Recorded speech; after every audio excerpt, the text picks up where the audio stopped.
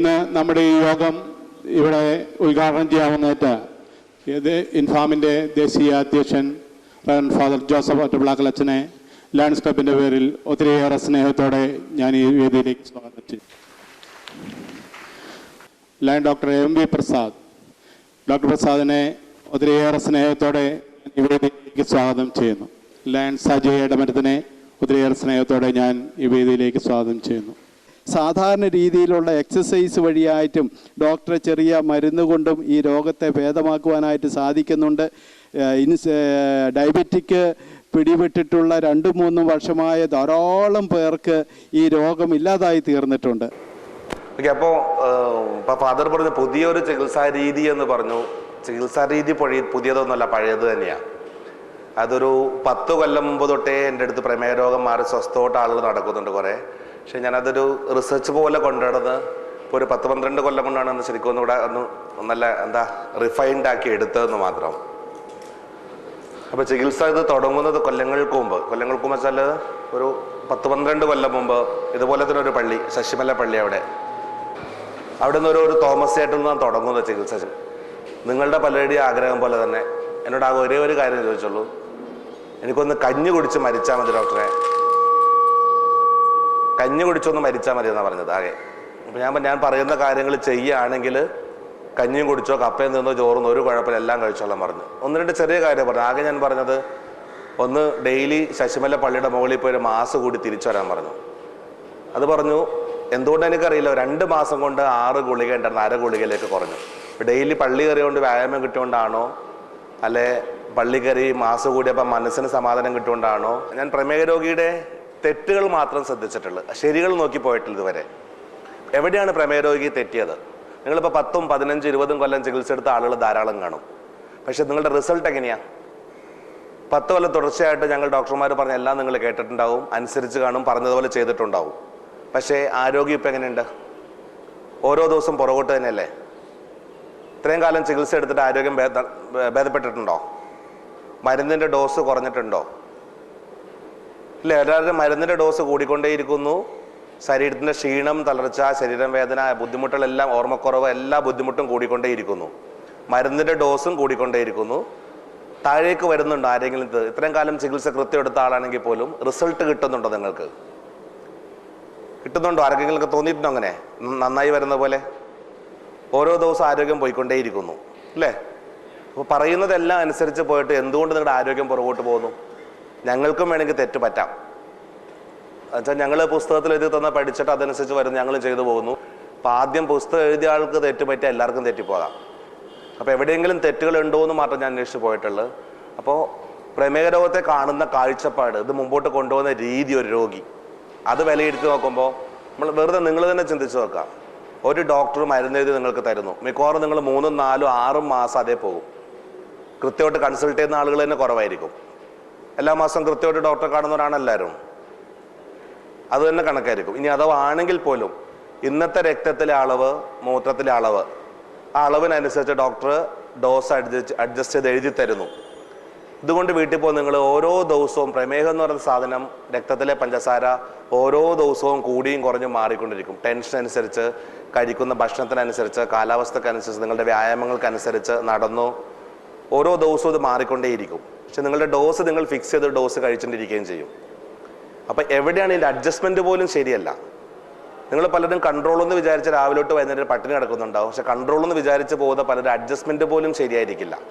അപ്പോൾ ഓരോ ദിവസവും ചാടിക്കളിക്കുന്ന രക്തത്തിലെ പഞ്ചസാരയെ, അല്ലെങ്കിൽ ഈ പ്രമേഹത്തെ എങ്ങനെ കൈകാര്യം ചെയ്യാൻ കുറേ കാര്യം പഠിക്കാനുള്ളതുണ്ട്. ഞാൻ നോക്കി വരുമ്പോൾ ഏറ്റവും വലിയ തെറ്റെന്ന് പറയുന്നത് പ്രമേഹ രോഗിയുടെ പ്രമേഹത്തെക്കുറിച്ചുള്ള അറിവ് അത് ഏകദേശം 0. എത്ര അറിവുള്ള ആളാണെങ്കിലും അത് 0 എന്ന് ഞാൻ പറയും. അത് കുറച്ച് കഴിയുമ്പോൾ നിങ്ങൾക്ക് മനസ്സിലാവും. നിങ്ങളുടെ ധാരണകൾ ശരിക്കും പറഞ്ഞാൽ തെറ്റിദ്ധാരണകളുടെ ഒരു കൂമ്പാരോ പ്രമേഹ രോഗി എന്ന് പറഞ്ഞാൽ. അപ്പോൾ ആദ്യമേ പ്രമേഹ രോഗം എന്താണ്, ഇത് നിങ്ങളുടെ ശരീരത്തെ എങ്ങനെ ബാധിക്കുന്നു. ഇപ്പോൾ ശരീരത്തെ എങ്ങനെ ബാധിക്കുന്നു ഇപ്പം തന്നെ പലരും ഉറക്കം തൂങ്ങി തുടങ്ങിയിട്ടുണ്ട്. പലരും ഇപ്പം തന്നെ ഇങ്ങനെ തലയൊക്കെ കുലുക്കി കണ്ണൊക്കെ ഇങ്ങനെ തുറക്കുന്നുണ്ട്. ഇത് നിങ്ങളുടെ ശരീരത്തെ എങ്ങനെ ബാധിക്കും? ഇതുവരെ ഉണ്ടായ കേടുകൾ, നിങ്ങളുടെ കാല് തരിപ്പ്, കണ്ണുമൂടൽ, ഓർമ്മക്കുറവ്, 100 കൂട്ടം പ്രശ്നങ്ങൾ, ഇതെല്ലാം എന്തുകൊണ്ട് സംഭവിച്ചു? ഈ കേട് മാറ്റാൻ എന്തു ചെയ്യണമായിരുന്നു എന്ന് പറഞ്ഞിട്ട് കാര്യമില്ല. ഇനി എന്ത് ചെയ്യണം? ഇനി അങ്ങോട്ട് കേട് പറ്റാതിരിക്കാൻ എന്തു ചെയ്യണം? കുറച്ച് കാര്യങ്ങൾ പ്രമേഹത്തെക്കുറിച്ച് അതിൻ്റെ അടിത്തറ മനസ്സിലാക്കി മുമ്പോട്ട് പോയിട്ടുണ്ടെങ്കിൽ നിങ്ങൾക്ക് വളരെ പെട്ടെന്ന് സ്വന്തമായിട്ട് ചികിത്സിക്കാവുന്ന ഒരു സെറ്റപ്പിലേക്ക് എത്താൻ പറ്റും. മനസ്സിലാവുന്നത്? അല്ലേ? പ്രമേഹ രോഗം എന്ന് പറയുന്നത് ഡോക്ടർ ചികിത്സിക്കേണ്ട രോഗമല്ല, ഇത് രോഗി ചികിത്സിക്കേണ്ട രോഗമാണ്. എന്താ പ്രമേഹം എന്ന് പറയുമ്പോൾ? ഇൻസുലിൻ്റെ കുറവ് അല്ലേ? അത് പാൻക്രിയാസ് ഗ്രന്ഥിയുടെ കേട് കാരണം ഇൻസുലിൻ്റെ കുറവ്. അധികം എഴുതാനുള്ള ഒന്നുമില്ല, ഞാൻ പിന്നെ റിപ്പീറ്റ് ചെയ്തിട്ടേ ഇരിക്കും. കാര്യം നിങ്ങളിത് മുഴുവൻ മറന്നുപോലെ കുറച്ച് കഴിയുമ്പോൾ എല്ലാവരും മറവിയായിരിക്കും, എനിക്കറിയാം. ഇവിടുന്ന് ചിലപ്പോൾ വീട്ടിലേക്ക് പോകുന്ന വഴി വരെ മറന്നുകൊണ്ടുണ്ടാവും വേണേ. അപ്പോൾ പ്രമേഹ രോഗം എന്ന് പറയുമ്പോൾ പാൻക്രിയാസ് ഗ്രന്ഥിയുടെ കേട്, ഇൻസുലിൻ്റെ കുറവ് കാരണം രക്തത്തിൽ പഞ്ചസാരയുടെ അളവ് കൂടി പോകുന്നു. ഇതെല്ലാവർക്കും അറിയാലോ അല്ലേ? അപ്പോൾ പാൻക്രിയാസ് ഗ്രന്ഥിയുടെ കേടെന്ന് പറയുമ്പോൾ പല തോതിലാകാം. 10% കേടാകാം, 20% കേടാകാം, 50% കേടാകാം, 100% കേടാകാം വേണമെങ്കിൽ. അപ്പോൾ 100% കേടുകൾ നമ്മൾ ടൈപ്പ് 1 ഡയബറ്റീസ്, ജുവനൽ ഡയബറ്റീസ്, അത് പാൻക്രിയാസിൻ്റെ അകത്ത് ഇൻസുലിനേ വരാത്തത്, അതിന് നമ്മൾ ടൈപ്പ് 1 ഡയബറ്റീസ് അല്ലെങ്കിൽ ജുവനൽ ഡയബറ്റീസ് കുട്ടികൾക്ക് വരുന്നത് അല്ലെ? അതെല്ലാവർക്കും അറിയാലോ അല്ലേ? പാൻക്രിയാസിൻ്റെ അകത്ത് ഇൻസുലിനേ വരാത്തത്, പാൻക്രിയാസിൽ നിന്നും ഇൻസുലിൻ്റെ കുറവ്, അത് നമ്മൾ ടൈപ്പ് 2 ഡയബറ്റീസ് പറയുന്നത്. നിങ്ങൾ മിക്ക ആളുകൾക്കും ടൈപ്പ് 2 ഡയബറ്റീസ് ആയിരിക്കും. ഓക്കെ, അത് 10% കേടായിരിക്കാം, 20% കേടായിരിക്കാം, 50% കേടായിരിക്കാം, 100% കേടായിരിക്കാം. അപ്പം എത്രത്തോളം കേട് പാൻക്രിയാസിനുണ്ട് അതനുസരിച്ചാണ് പ്രമേഹത്തിൻ്റെ കടുപ്പം. മനസ്സിലാവുന്നുണ്ടോ? എത്രത്തോളം പാൻക്രിയാസിൻ്റെ കേടുണ്ടെന്നനുസരിച്ചാണ് പ്രമേഹ രോഗത്തിൻ്റെ കടുപ്പം. എത്ര കൊല്ലം പഴക്കം ഉണ്ടെന്നനുസരിച്ചാണ് ശരീരത്തിലുണ്ടാകുന്ന കേടുകളുടേത്. മനസ്സിലാവുന്നുണ്ടോ? നമ്മൾ പ്രമേഹത്തെ രണ്ടായിട്ട് കാണണം. ഒന്ന് ശരീരത്തിലുണ്ടാകുന്ന മുഴുവൻ കേടുകൾ, അത് എന്തുകൊണ്ടെന്ന് ഞാൻ പുറകെ പറഞ്ഞോളാം. പിന്നെ പാൻക്രിയാസ് ഗ്രന്ഥിയുടെ കേട്, 2 തലത്തിലാണ് കാണേണ്ടതിന്. അപ്പം ശരീരത്തിൽ ഉണ്ടാകുന്ന കേടുകൾ എന്താണെന്ന് പഠിച്ചാൽ നിങ്ങൾക്ക് പ്രമേഹത്തിൻ്റെ വ്യാപ്തി കിട്ടും ശരിക്കും. ഓക്കെ, അപ്പോൾ പാൻക്രിയാസിൻ്റെ കേട് കാരണം ഇൻസുലിൻ്റെ കുറവോ രക്തത്തിലെ പഞ്ചസാരയുടെ അളവ് കൂടി പോകുന്നു എന്ന് പറഞ്ഞു. ഭക്ഷണം കഴിച്ചത് വായിലൂടെ വയറ്റിൽ ചെന്നു, ദഹിച്ചു, പഞ്ചസാരയായി മാറി, കുടലിൻ്റെ ഭിത്തിയിലൂടെ രക്തത്തിൽ കലങ്ങി, രക്തത്തിലൂടെ ഒഴുകിപ്പോയി ശരീരത്തിൻ്റെ എല്ലാ ഭാഗത്തേക്കും എത്തിയിട്ട് ഓരോരോ ജോലി ചെയ്യാനുള്ള ഊർജ്ജം ഉണ്ടാക്കാൻ ഉപയോഗിക്കും. ക്ലിയർ? മനസ്സിലാവുന്നുണ്ടല്ലോ അല്ലേ? അപ്പോൾ ഭക്ഷണം ദഹിച്ചുണ്ടായ ഗ്ലൂക്കോസ് കുടലിൻ്റെ ഭിത്തിയുടെ രക്തത്തിൽ കലങ്ങി, എല്ലാ ഭക്ഷണവും ദഹിച്ചതിന് ശേഷം ഗ്ലൂക്കോസ് ആയിട്ടാണ് മാറാം. കൂടെ കുറച്ച് കൊഴുപ്പോ വിറ്റാമിൻസ് മിനറൽ സാധനങ്ങൾ. അതുകൊണ്ടാണ് ഭക്ഷണത്തിന് മുമ്പ് രക്തത്തിൽ 100 ഉള്ളത് ഭക്ഷണം കഴിയുമ്പോൾ 150, 160, 150 കൂടുന്നത്. അപ്പം എല്ലാ ഭക്ഷണവും ദഹിച്ചതിന് ശേഷം ഗ്ലൂക്കോസ് ആയിട്ട് മാറുന്നു, രക്തത്തിലൂടെ ഒഴുകിപ്പോയി ശരീരത്തിൻ്റെ എല്ലാ ഭാഗത്തും എത്തിയിട്ട് ജോലി ചെയ്യാനുള്ള ഊർജ്ജം ഉണ്ടാക്കാൻ ഉപയോഗിക്കും. ക്ലിയർ? ഏറ്റവും കൂടുതൽ ജോലി ചെയ്യുന്നത് ശരീരത്തിൻ്റെ ഏത് ഭാഗം കൊണ്ടാണ്? കയ്യും കാലും അല്ലേ? കയ്യും കാലും എന്ന് പറയുമ്പോൾ അസ്ഥിക്കൂടമാണോ ജോലി ചെയ്യുന്നത് അല്ലെങ്കിൽ പേശികളാണോ ജോലി ചെയ്യുന്നത്? പേശികളല്ലേ അല്ലേ? മസിൽസ്. അപ്പം ഏറ്റവും കൂടുതൽ നമ്മുടെ കഴിച്ച ഭക്ഷണം ദഹിച്ചേണ്ട ഗ്ലൂക്കോസിൻ്റെ 90% ഊർജ്ജം ഉണ്ടാക്കാൻ ഉപയോഗിക്കുന്നത് പേശികളിലായിരിക്കും. അതുപോലെ ഏറ്റവും കൂടുതൽ കേടുപാട് സംഭവിക്കുന്നതും പേശികളിൽ തന്നെ ആയിരിക്കും. ശരീരത്തിനാകെ കേട് ഉണ്ടാവുള്ളൂ എല്ലാവർക്കും. പക്ഷേ നിങ്ങൾക്ക് കഴിഞ്ഞ കൊല്ലത്തിൻ്റെ പകുതി ആരോഗ്യ കൊല്ലുണ്ടോ? ഓരോരുത്തരും സ്വയം ചോദിക്കുക. ഓരോ ദിവസവും കുഴച്ചിൽ, ക്ഷീണം, ശരീരവേദന, തളർച്ച എല്ലാവർക്കും തന്നെ ഇല്ലേ? അല്ലേ? എന്തുകൊണ്ട് സംഭവിക്കണമെന്ന് മനസ്സിലാക്കി എളുപ്പമായിരിക്കും കുറച്ചുകൂടെ.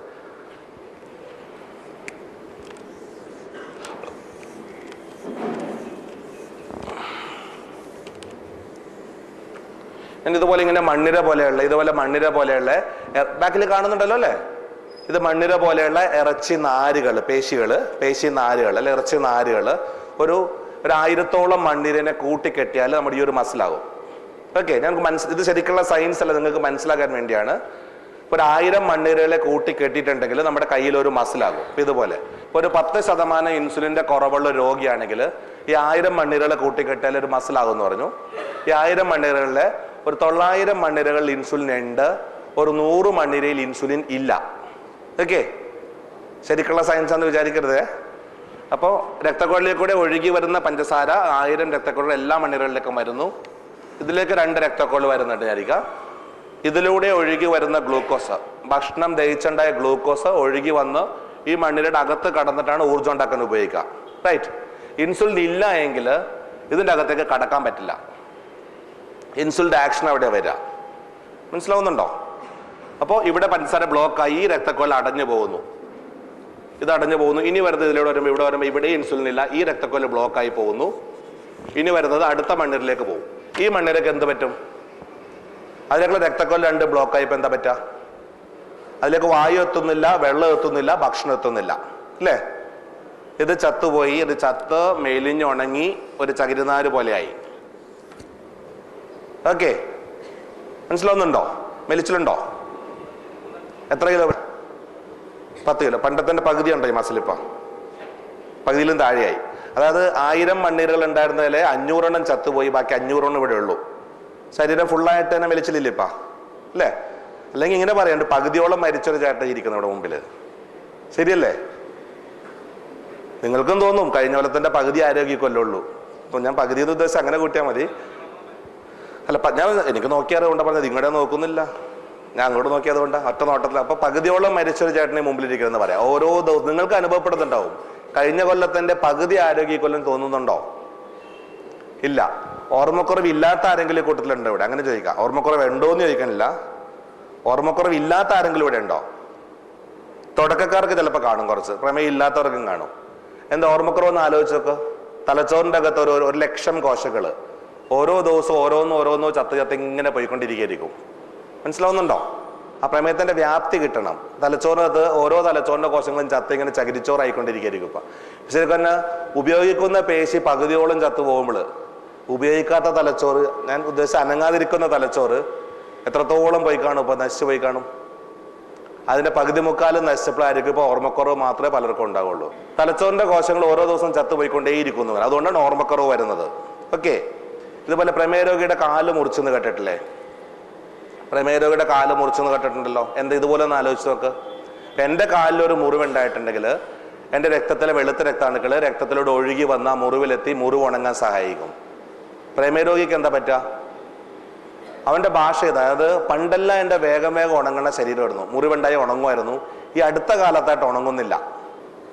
എന്താ കാരണം? ആദ്യം ചെറിയ രക്തക്കൊലകൾ ബ്ലോക്ക് ഉണ്ടായിരുന്നുള്ളൂ.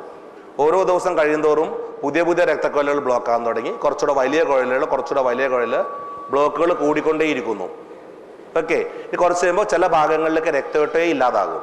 ഇത് അങ്ങനത്തെ ഒരു ഭാഗത്ത് ഇപ്പോൾ കാലിൻ്റെ വിരലിൽ ഒരു മുറിവുണ്ടായി, അത് പഴുക്കാൻ തുടങ്ങും. അപ്പോൾ എന്നുവെച്ചാൽ രക്തത്തിലൂടെ വെളുത്ത രക്താണുക്കൾ മുറിവിലേക്ക് എത്തുന്നില്ല. ഉടനെ അത് പഴുക്കാൻ തുടങ്ങും.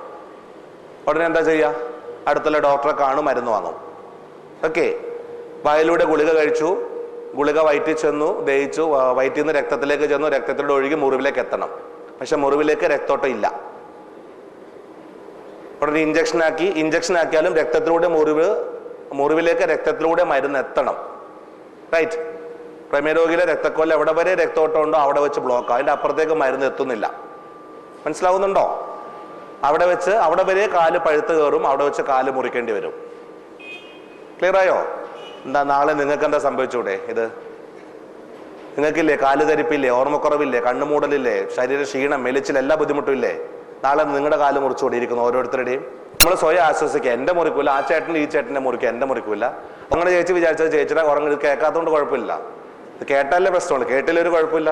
അയാൾ അവിടെ നിന്ന് ഇവിടെ പേടിപ്പിക്കാൻ വന്നേക്കെ, കാല് മുറിക്കും, ഇറച്ചി ചത്തുപോവും, പകുതി ചത്തുപോയി, ഇത് പേടിപ്പിക്കാൻ വന്നേക്കെ ഇവിടെ നിന്ന് വരെ.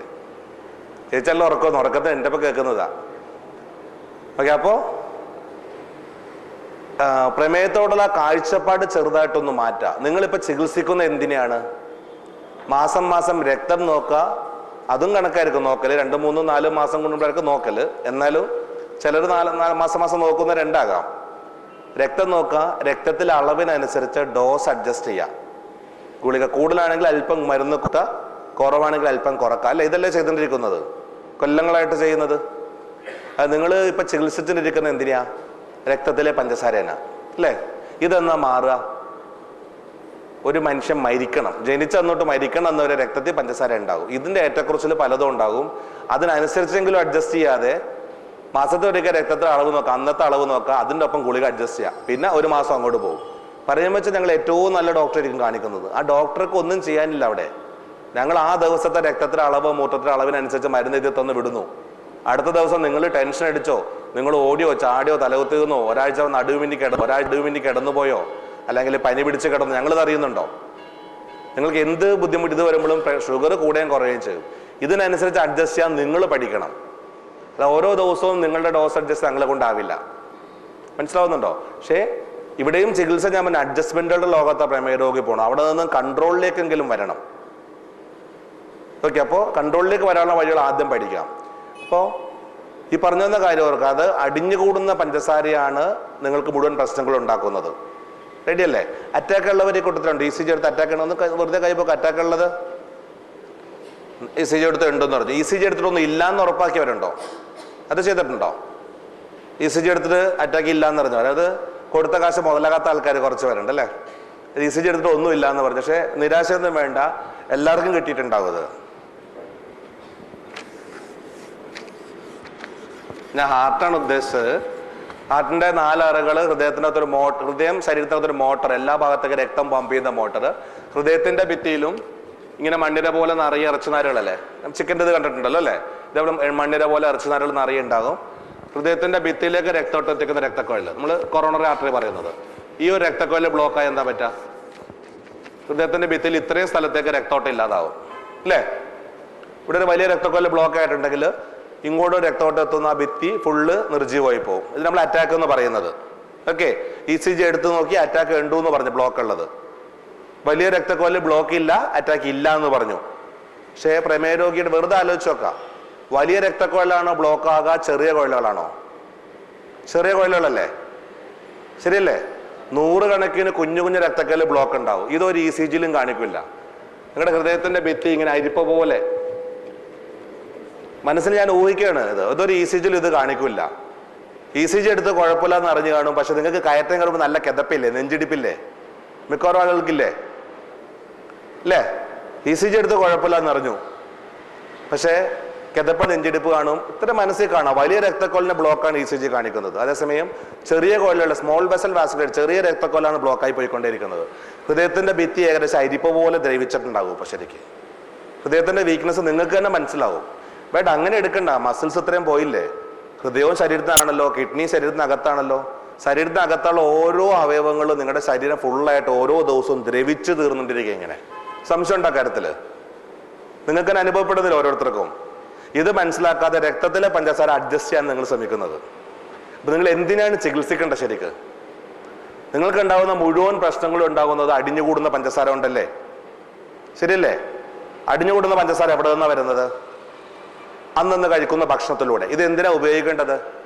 അന്നന്നുള്ള ജോലി ചെയ്യാനുള്ള ഊർജ്ജം ഉണ്ടാക്കാൻ. റൈറ്റ്? അപ്പൊ അന്നന്ന് കഴിക്കുന്ന ഭക്ഷണം അന്നന്ന് ചെയ്യുന്ന ചെറിയ വ്യായാമങ്ങളിലൂടെ കത്തിച്ച് കളയുകയാണെങ്കിൽ നിങ്ങൾക്ക് എന്തെങ്കിലും കേടുപറ്റുമോ? തേങ്ങ വീണതാ മുകളില്. ഓക്കെ, അപ്പോ അന്നന്ന് കഴിക്കുന്ന ഭക്ഷണം അന്നന്ന് കത്തിച്ച് കളഞ്ഞിട്ടുണ്ടെങ്കിൽ നമുക്ക് എന്തെങ്കിലും പേടിക്കാനുണ്ടോ? ശരിക്ക് അടിഞ്ഞുകൂടാൻ വല്ലതും ബാക്കിയുണ്ടോ? നിങ്ങൾ 1 കിലോ ഭക്ഷണം കഴിക്കുന്നു, 1/2 കിലോ ഭക്ഷണം നിങ്ങൾ ദൈനംദിന പ്രവൃത്തികൾ, നടത്തം, സ്പൂൺ പിടിച്ചിളക്കൽ, നടത്തം, എല്ലാം കൂടെ കയ്യും കാലിനുള്ള ചെറിയ ചെറിയ വ്യായാമങ്ങളിലൂടെ 1/2 കിലോ ഭക്ഷണം കത്തിച്ച് കളഞ്ഞു. 1 കിലോ ഭക്ഷണം കഴിച്ചു, 1/2 കിലോ ഭക്ഷണം കത്തി തീർന്നു. ബാക്കി 1/2 കിലോ പഞ്ചസാരയായിട്ടും കൊഴുപ്പായിട്ട് അടിയും. അന്നന്ന് കഴിക്കുന്ന ഭക്ഷണം അന്നന്ന് കത്തിച്ചുള്ള കാര്യം. അപ്പോൾ 1 കിലോ ഭക്ഷണം കഴിച്ചു, 1/2 കിലോ കത്തിച്ച് കളഞ്ഞു, ബാക്കി 1/2 കിലോ പഞ്ചസാരയായിട്ടും കൊഴുപ്പായിട്ടും അടിഞ്ഞുകൂടും ശരീരത്തിൽ. പ്രമേയ രോഗിക്ക്, പ്രമേയമില്ലാത്തവർക്ക് കൊഴുപ്പായിട്ട് അടിയൊന്നും മേത്ത്. 1 കിലോ ഭക്ഷണം കഴിച്ചു, 1 കിലോയും കത്തിച്ച് കളഞ്ഞാലോ അടിഞ്ഞുകൂടാൻ ബാക്കിയുണ്ടോ? അപ്പൊ ഇനി അങ്ങോട്ട് കേടുപറ്റാതിരിക്കാൻ ചെയ്യേണ്ട എന്താ? അന്നന്ന് കഴിച്ച് അന്നന്ന് കത്തിച്ച് കളയാ. ഇനി അടിഞ്ഞുകൂടാൻ പഞ്ചസാര ബാക്കി വെക്കാതെ ചെയ്യാം. 1 കിലോ കഴിച്ച് 1.5 കിലോ കത്തിച്ച് കളഞ്ഞാലോ 1/2 കിലോ അധിക ഊർജം വേണ്ടേ? അതെവിടെ നിന്ന് എടുക്കും? അപ്പോൾ അടിഞ്ഞുകൂടിയ കൊഴുപ്പിനെ പഞ്ചസാരയാക്കി മാറ്റിയിട്ട് അത് ഉപയോഗിക്കും. അടിഞ്ഞുകൂടിയ പഞ്ചസാരേനെ എടുത്ത് ഉപയോഗിക്കാതിരിക്കണം. അപ്പൊ കഴിക്കുന്ന ഭക്ഷണത്തിന്റെ മുകളിലേക്ക് വ്യായാമം ചെന്നിട്ടുണ്ടെങ്കിൽ കൊഴുപ്പും മേത്തുനിന്ന് പോകാൻ തുടങ്ങും, പഞ്ചസാര എടുക്കാൻ തുടങ്ങണം. ഇവിടെ പല ആളുകളും പല സ്ത്രീകളായിരിക്കും കൂടുതലും വണ്ണം കുറക്കാൻ വേണ്ടി ഭയങ്കര പട്ടിണി കിടക്കും. തട്ടിക്കൂട്ടി ഭക്ഷണം ഒന്നും കഴിക്കില്ല, തടിയൊന്നും കുറക്കാൻ എന്താ വഴി? തടി കുറക്കാനുള്ള വഴി അന്വേഷിച്ച് ലോകം മുഴുവൻ നടക്കും. ഈ കഴിക്കുന്ന ഭക്ഷണം കുറച്ചിട്ട് പട്ടിണി കിടന്ന് മാറ്റാൻ നോക്കും. പട്ടിണി കിടന്ന് വണ്ണം കുറച്ചാൽ വണ്ണം കുറയില്ല, കുറയേ ചെയ്യും. ഇങ്ങനെ ശരിക്കും കവിളക്കൊട്ടി കോലം കെട്ട് പോകുന്നത്.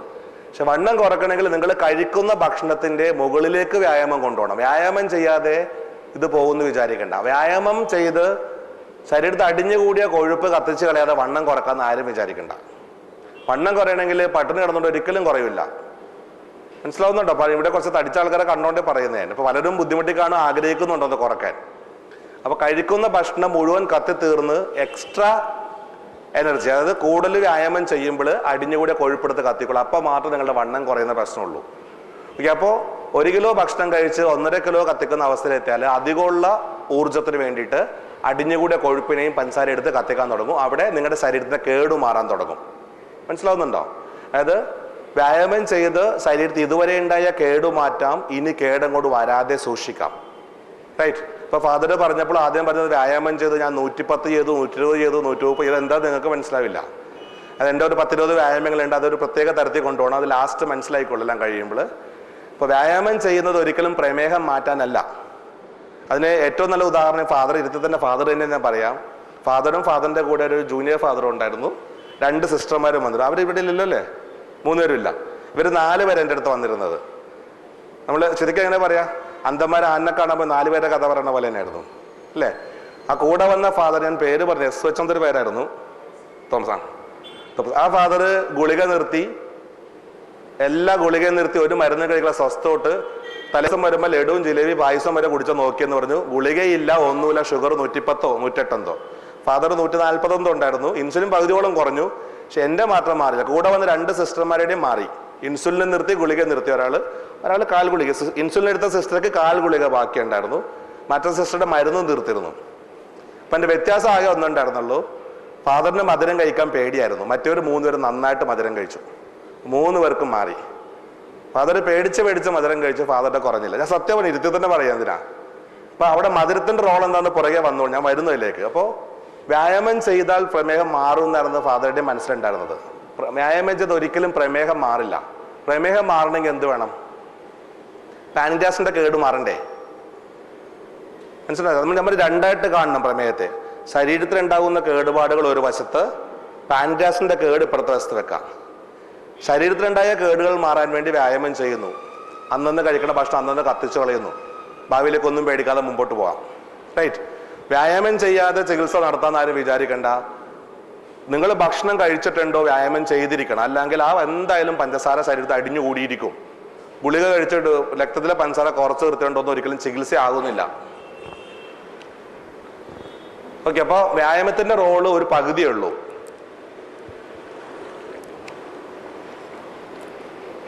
അടുത്ത പകുതിയാണ് ശരിക്ക് ചികിത്സ. അതായത് ക്യൂർ വേണോ വേണ്ടെന്നുള്ളത്, പ്രമേഹം മാറ്റാൻ പറ്റില്ല എന്നുള്ള അവിടെയാണ്. ഓക്കെ, അപ്പോൾ വ്യായാമം ഞാൻ ഇവിടെ കൊണ്ട് നിർത്തുന്നില്ല, പുറകെ വരുന്നു. പ്രമേഹം മാറ്റാൻ വേണ്ടത് അടുത്ത്. അപ്പോൾ വ്യായാമത്തിന്റെ ഇമ്പോർട്ടൻസ് ഒപ്പം ഭക്ഷണത്തിന്റെ ഇമ്പോർട്ടൻസും കൂടെ പഠിക്കണം. ഇപ്പം നിങ്ങൾ പലരും കുറേ കാലമായിട്ട് പട്ടിണി, അർദ്ധ പട്ടിണി കിടക്കുന്നതായിരിക്കും കൂടുതലും അല്ലേ. മിക്കവാറും ഒന്നും തിന്നാൻ കിട്ടില്ല വീട്ടിൽ നിന്ന് അല്ലേ. അഥവാ ഒളിച്ചും അതുപോലെ കഴിക്കാന്ന് വെച്ചാൽ ആരെങ്കിലും വന്ന് തടയിടും. മിക്കവാറും ചപ്പാത്തി, ഉച്ചക്ക് തിളപ്പിച്ചൂറ്റിയ ചോറ്, തിളപ്പിച്ചൂറ്റിയ കഞ്ഞി, പിന്നെ രാത്രി ഗോതമ്പ് ചപ്പാത്തി, പിന്നെ ഒരു അഡ്ജസ്റ്റ്മെന്റ് ജീവിതം എടുക്കും. ഇങ്ങനെ ആകെയുള്ള ആഗ്രഹം മനുഷ്യ പോലെ ഭക്ഷണം കഴിക്കണമെന്നായിരിക്കും. ഇത് കഴിച്ചാൽ ഇപ്പം എന്താ കുഴപ്പം? ഇപ്പൊ ഫാദർ ഇപ്പം എല്ലാം കഴിക്കുന്നില്ല. എനിക്ക് പഴയ രോഗികൾ ആരൊക്കെ ഉണ്ടെന്ന് അറിയില്ല. ഇവിടെ കുറച്ച് പേര് ഇവിടെയൊക്കെ ദിവസത്തെ ഉണ്ടായിരുന്നു എൻ്റെ രോഗികൾ, കുറച്ചധികം വരുന്ന ദിവസത്തിന്. എല്ലാം കഴിച്ചിപ്പോൾ എന്താ കുഴപ്പം? എൻ്റെ രോഗികൾ മനസമാധാനമായിട്ട് സ്വസ്ഥമായിട്ട് ഇതിൻ്റെ 3 ഇരട്ടി ഭക്ഷണം കഴിക്കുന്നു. ഇവിടെ 1 കിലോ ഭക്ഷണം കഴിക്കുന്നു, വ്യായാമം ചെയ്യുന്നില്ല. അവിടെ 1.5 കിലോ ഭക്ഷണം കഴിക്കുന്നു, 1.5 കിലോ വ്യായാമം ചെയ്യുന്നു. കഴിക്കുന്ന ഭക്ഷണത്തിനനുസരിച്ച് വ്യായാമം ചെയ്യുന്നു, എന്നിട്ട് സ്വസ്ഥമായിട്ട് ജീവിക്കണം. ഇവിടെ തട്ടിക്കൂട്ടി ജീവിച്ച് തട്ടിക്കൂട്ടി ഭക്ഷണം കഴിക്കാണ്ട് വ്യായാമം ചെയ്യുന്നില്ല. ഓക്കെ, ഇനി വ്യായാമം ചെയ്യാൻ തുടങ്ങിയെന്ന് വെക്കാം. ഇവിടെ 1.5 കിലോ ഭക്ഷണം കഴിക്കുന്നു, 1.5 കിലോ വ്യായാമം ചെയ്യുന്നു. അവിടെ 1.5 കിലോ ഭക്ഷണം കഴിക്കുന്നു, 1.5 കിലോ വ്യായാമം ചെയ്യുന്നു. ഇതിലേതാ നല്ലത്? എൻ്റെ കിലോ കണക്ക് പറഞ്ഞാൽ നിങ്ങൾക്ക് എളുപ്പത്തിന് വേണ്ടിയാ. മടിയന്മാർക്ക് നല്ലത് ഇതാ. 1.5 കിലോ ഇത്തിരി ഇങ്ങനെ തട്ടിക്കൂട്ടി കാണിച്ചാൽ മതിയല്ലോ. പക്ഷെ 2 തമ്മിൽ വ്യത്യാസം പഠിക്കണ്ട. ഒന്ന്, നമ്മൾ മനുഷ്യൻ ജീവിക്കണത് ഒരു ചാൻ വയറിന് വേണ്ടി എന്നാ പറയാ. 1, 2 ചാനൊക്കെ ഉണ്ട് ചിലർക്ക്. എന്നാലും ഈ ജീവിക്കണത് ഒരു ചാൻ വയറിന് വേണ്ടിയിട്ടാണ് അല്ലേ. അതിലേക്ക് ഭക്ഷണം കഴിക്കാൻ പറ്റാതെ അസ്വസ്ഥത, ആ മനസ്സിന്റെ ടെൻഷൻ ഭയങ്കരം. മനസ്സിന്റെ ടെൻഷൻ വെച്ചാൽ അത് പലർക്കും എന്താ, നമ്മൾക്ക് കൂടുതലും കിട്ടില്ല, സ്ത്രീകൾക്ക് കുറെ കൂടെ മനസ്സിലാവും. ഇപ്പൊ ആ ഉമ്മയുടെ കാര്യം, ആ ഉമ്മയാണെങ്കിൽ ഒരു ബിരിയാണി ഉണ്ടാക്കി വെച്ച് ഗസ്റ്റ് വരുന്ന പറഞ്ഞ് ബിരിയാണി ഉണ്ടാക്കി ഗസ്റ്റുകൾക്ക് മുഴുവൻ കൊടുത്തു, വീട്ടിലെ ഹസ്ബൻഡിന് കൊടുത്തു, പിള്ളേർക്ക് കൊടുത്തു, വീട്ടിലെ പട്ടിക്ക് വരെ ബിരിയാണിയാണ്. ഉമ്മ ഉണക്കച്ചപ്പാത്തി കടിക്കുന്നത്. ഇത് ഓരോ കടി കടിക്കുമ്പോഴും ടെൻഷൻ കൂടും.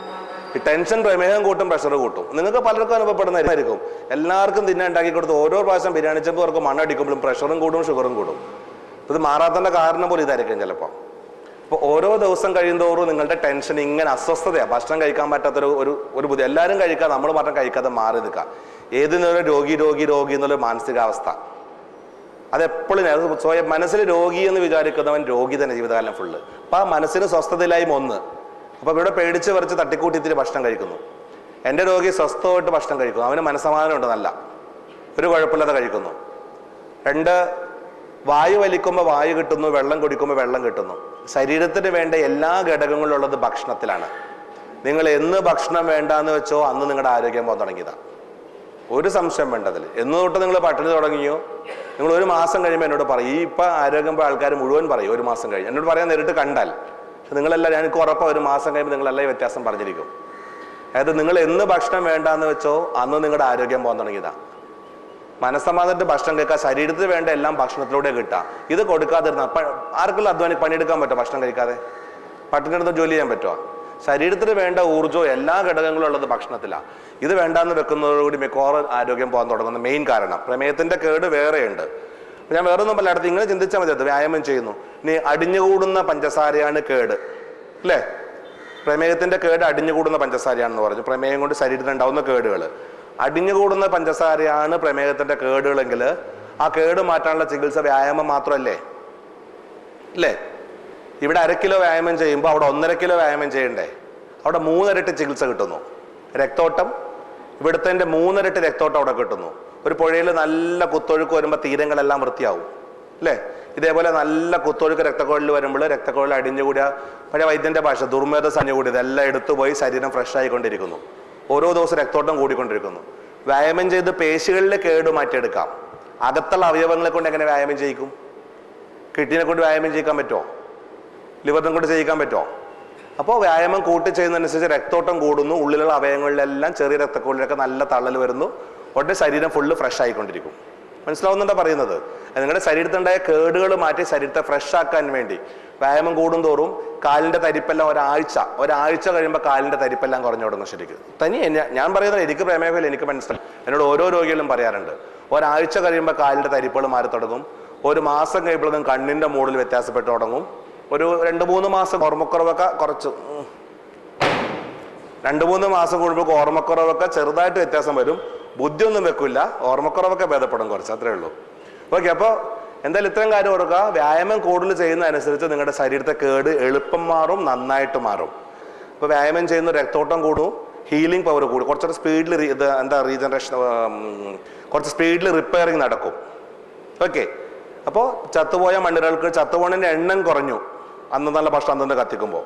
ഇനി പകരം പുതിയത് കുറേ ഉണ്ടായി വരും. ഇപ്പം ഉള്ളതിന് ഇരട്ടി വണ്ണം വെച്ചാലും നമുക്ക് പഴയ കരുത്ത് തിരിച്ചു വരും.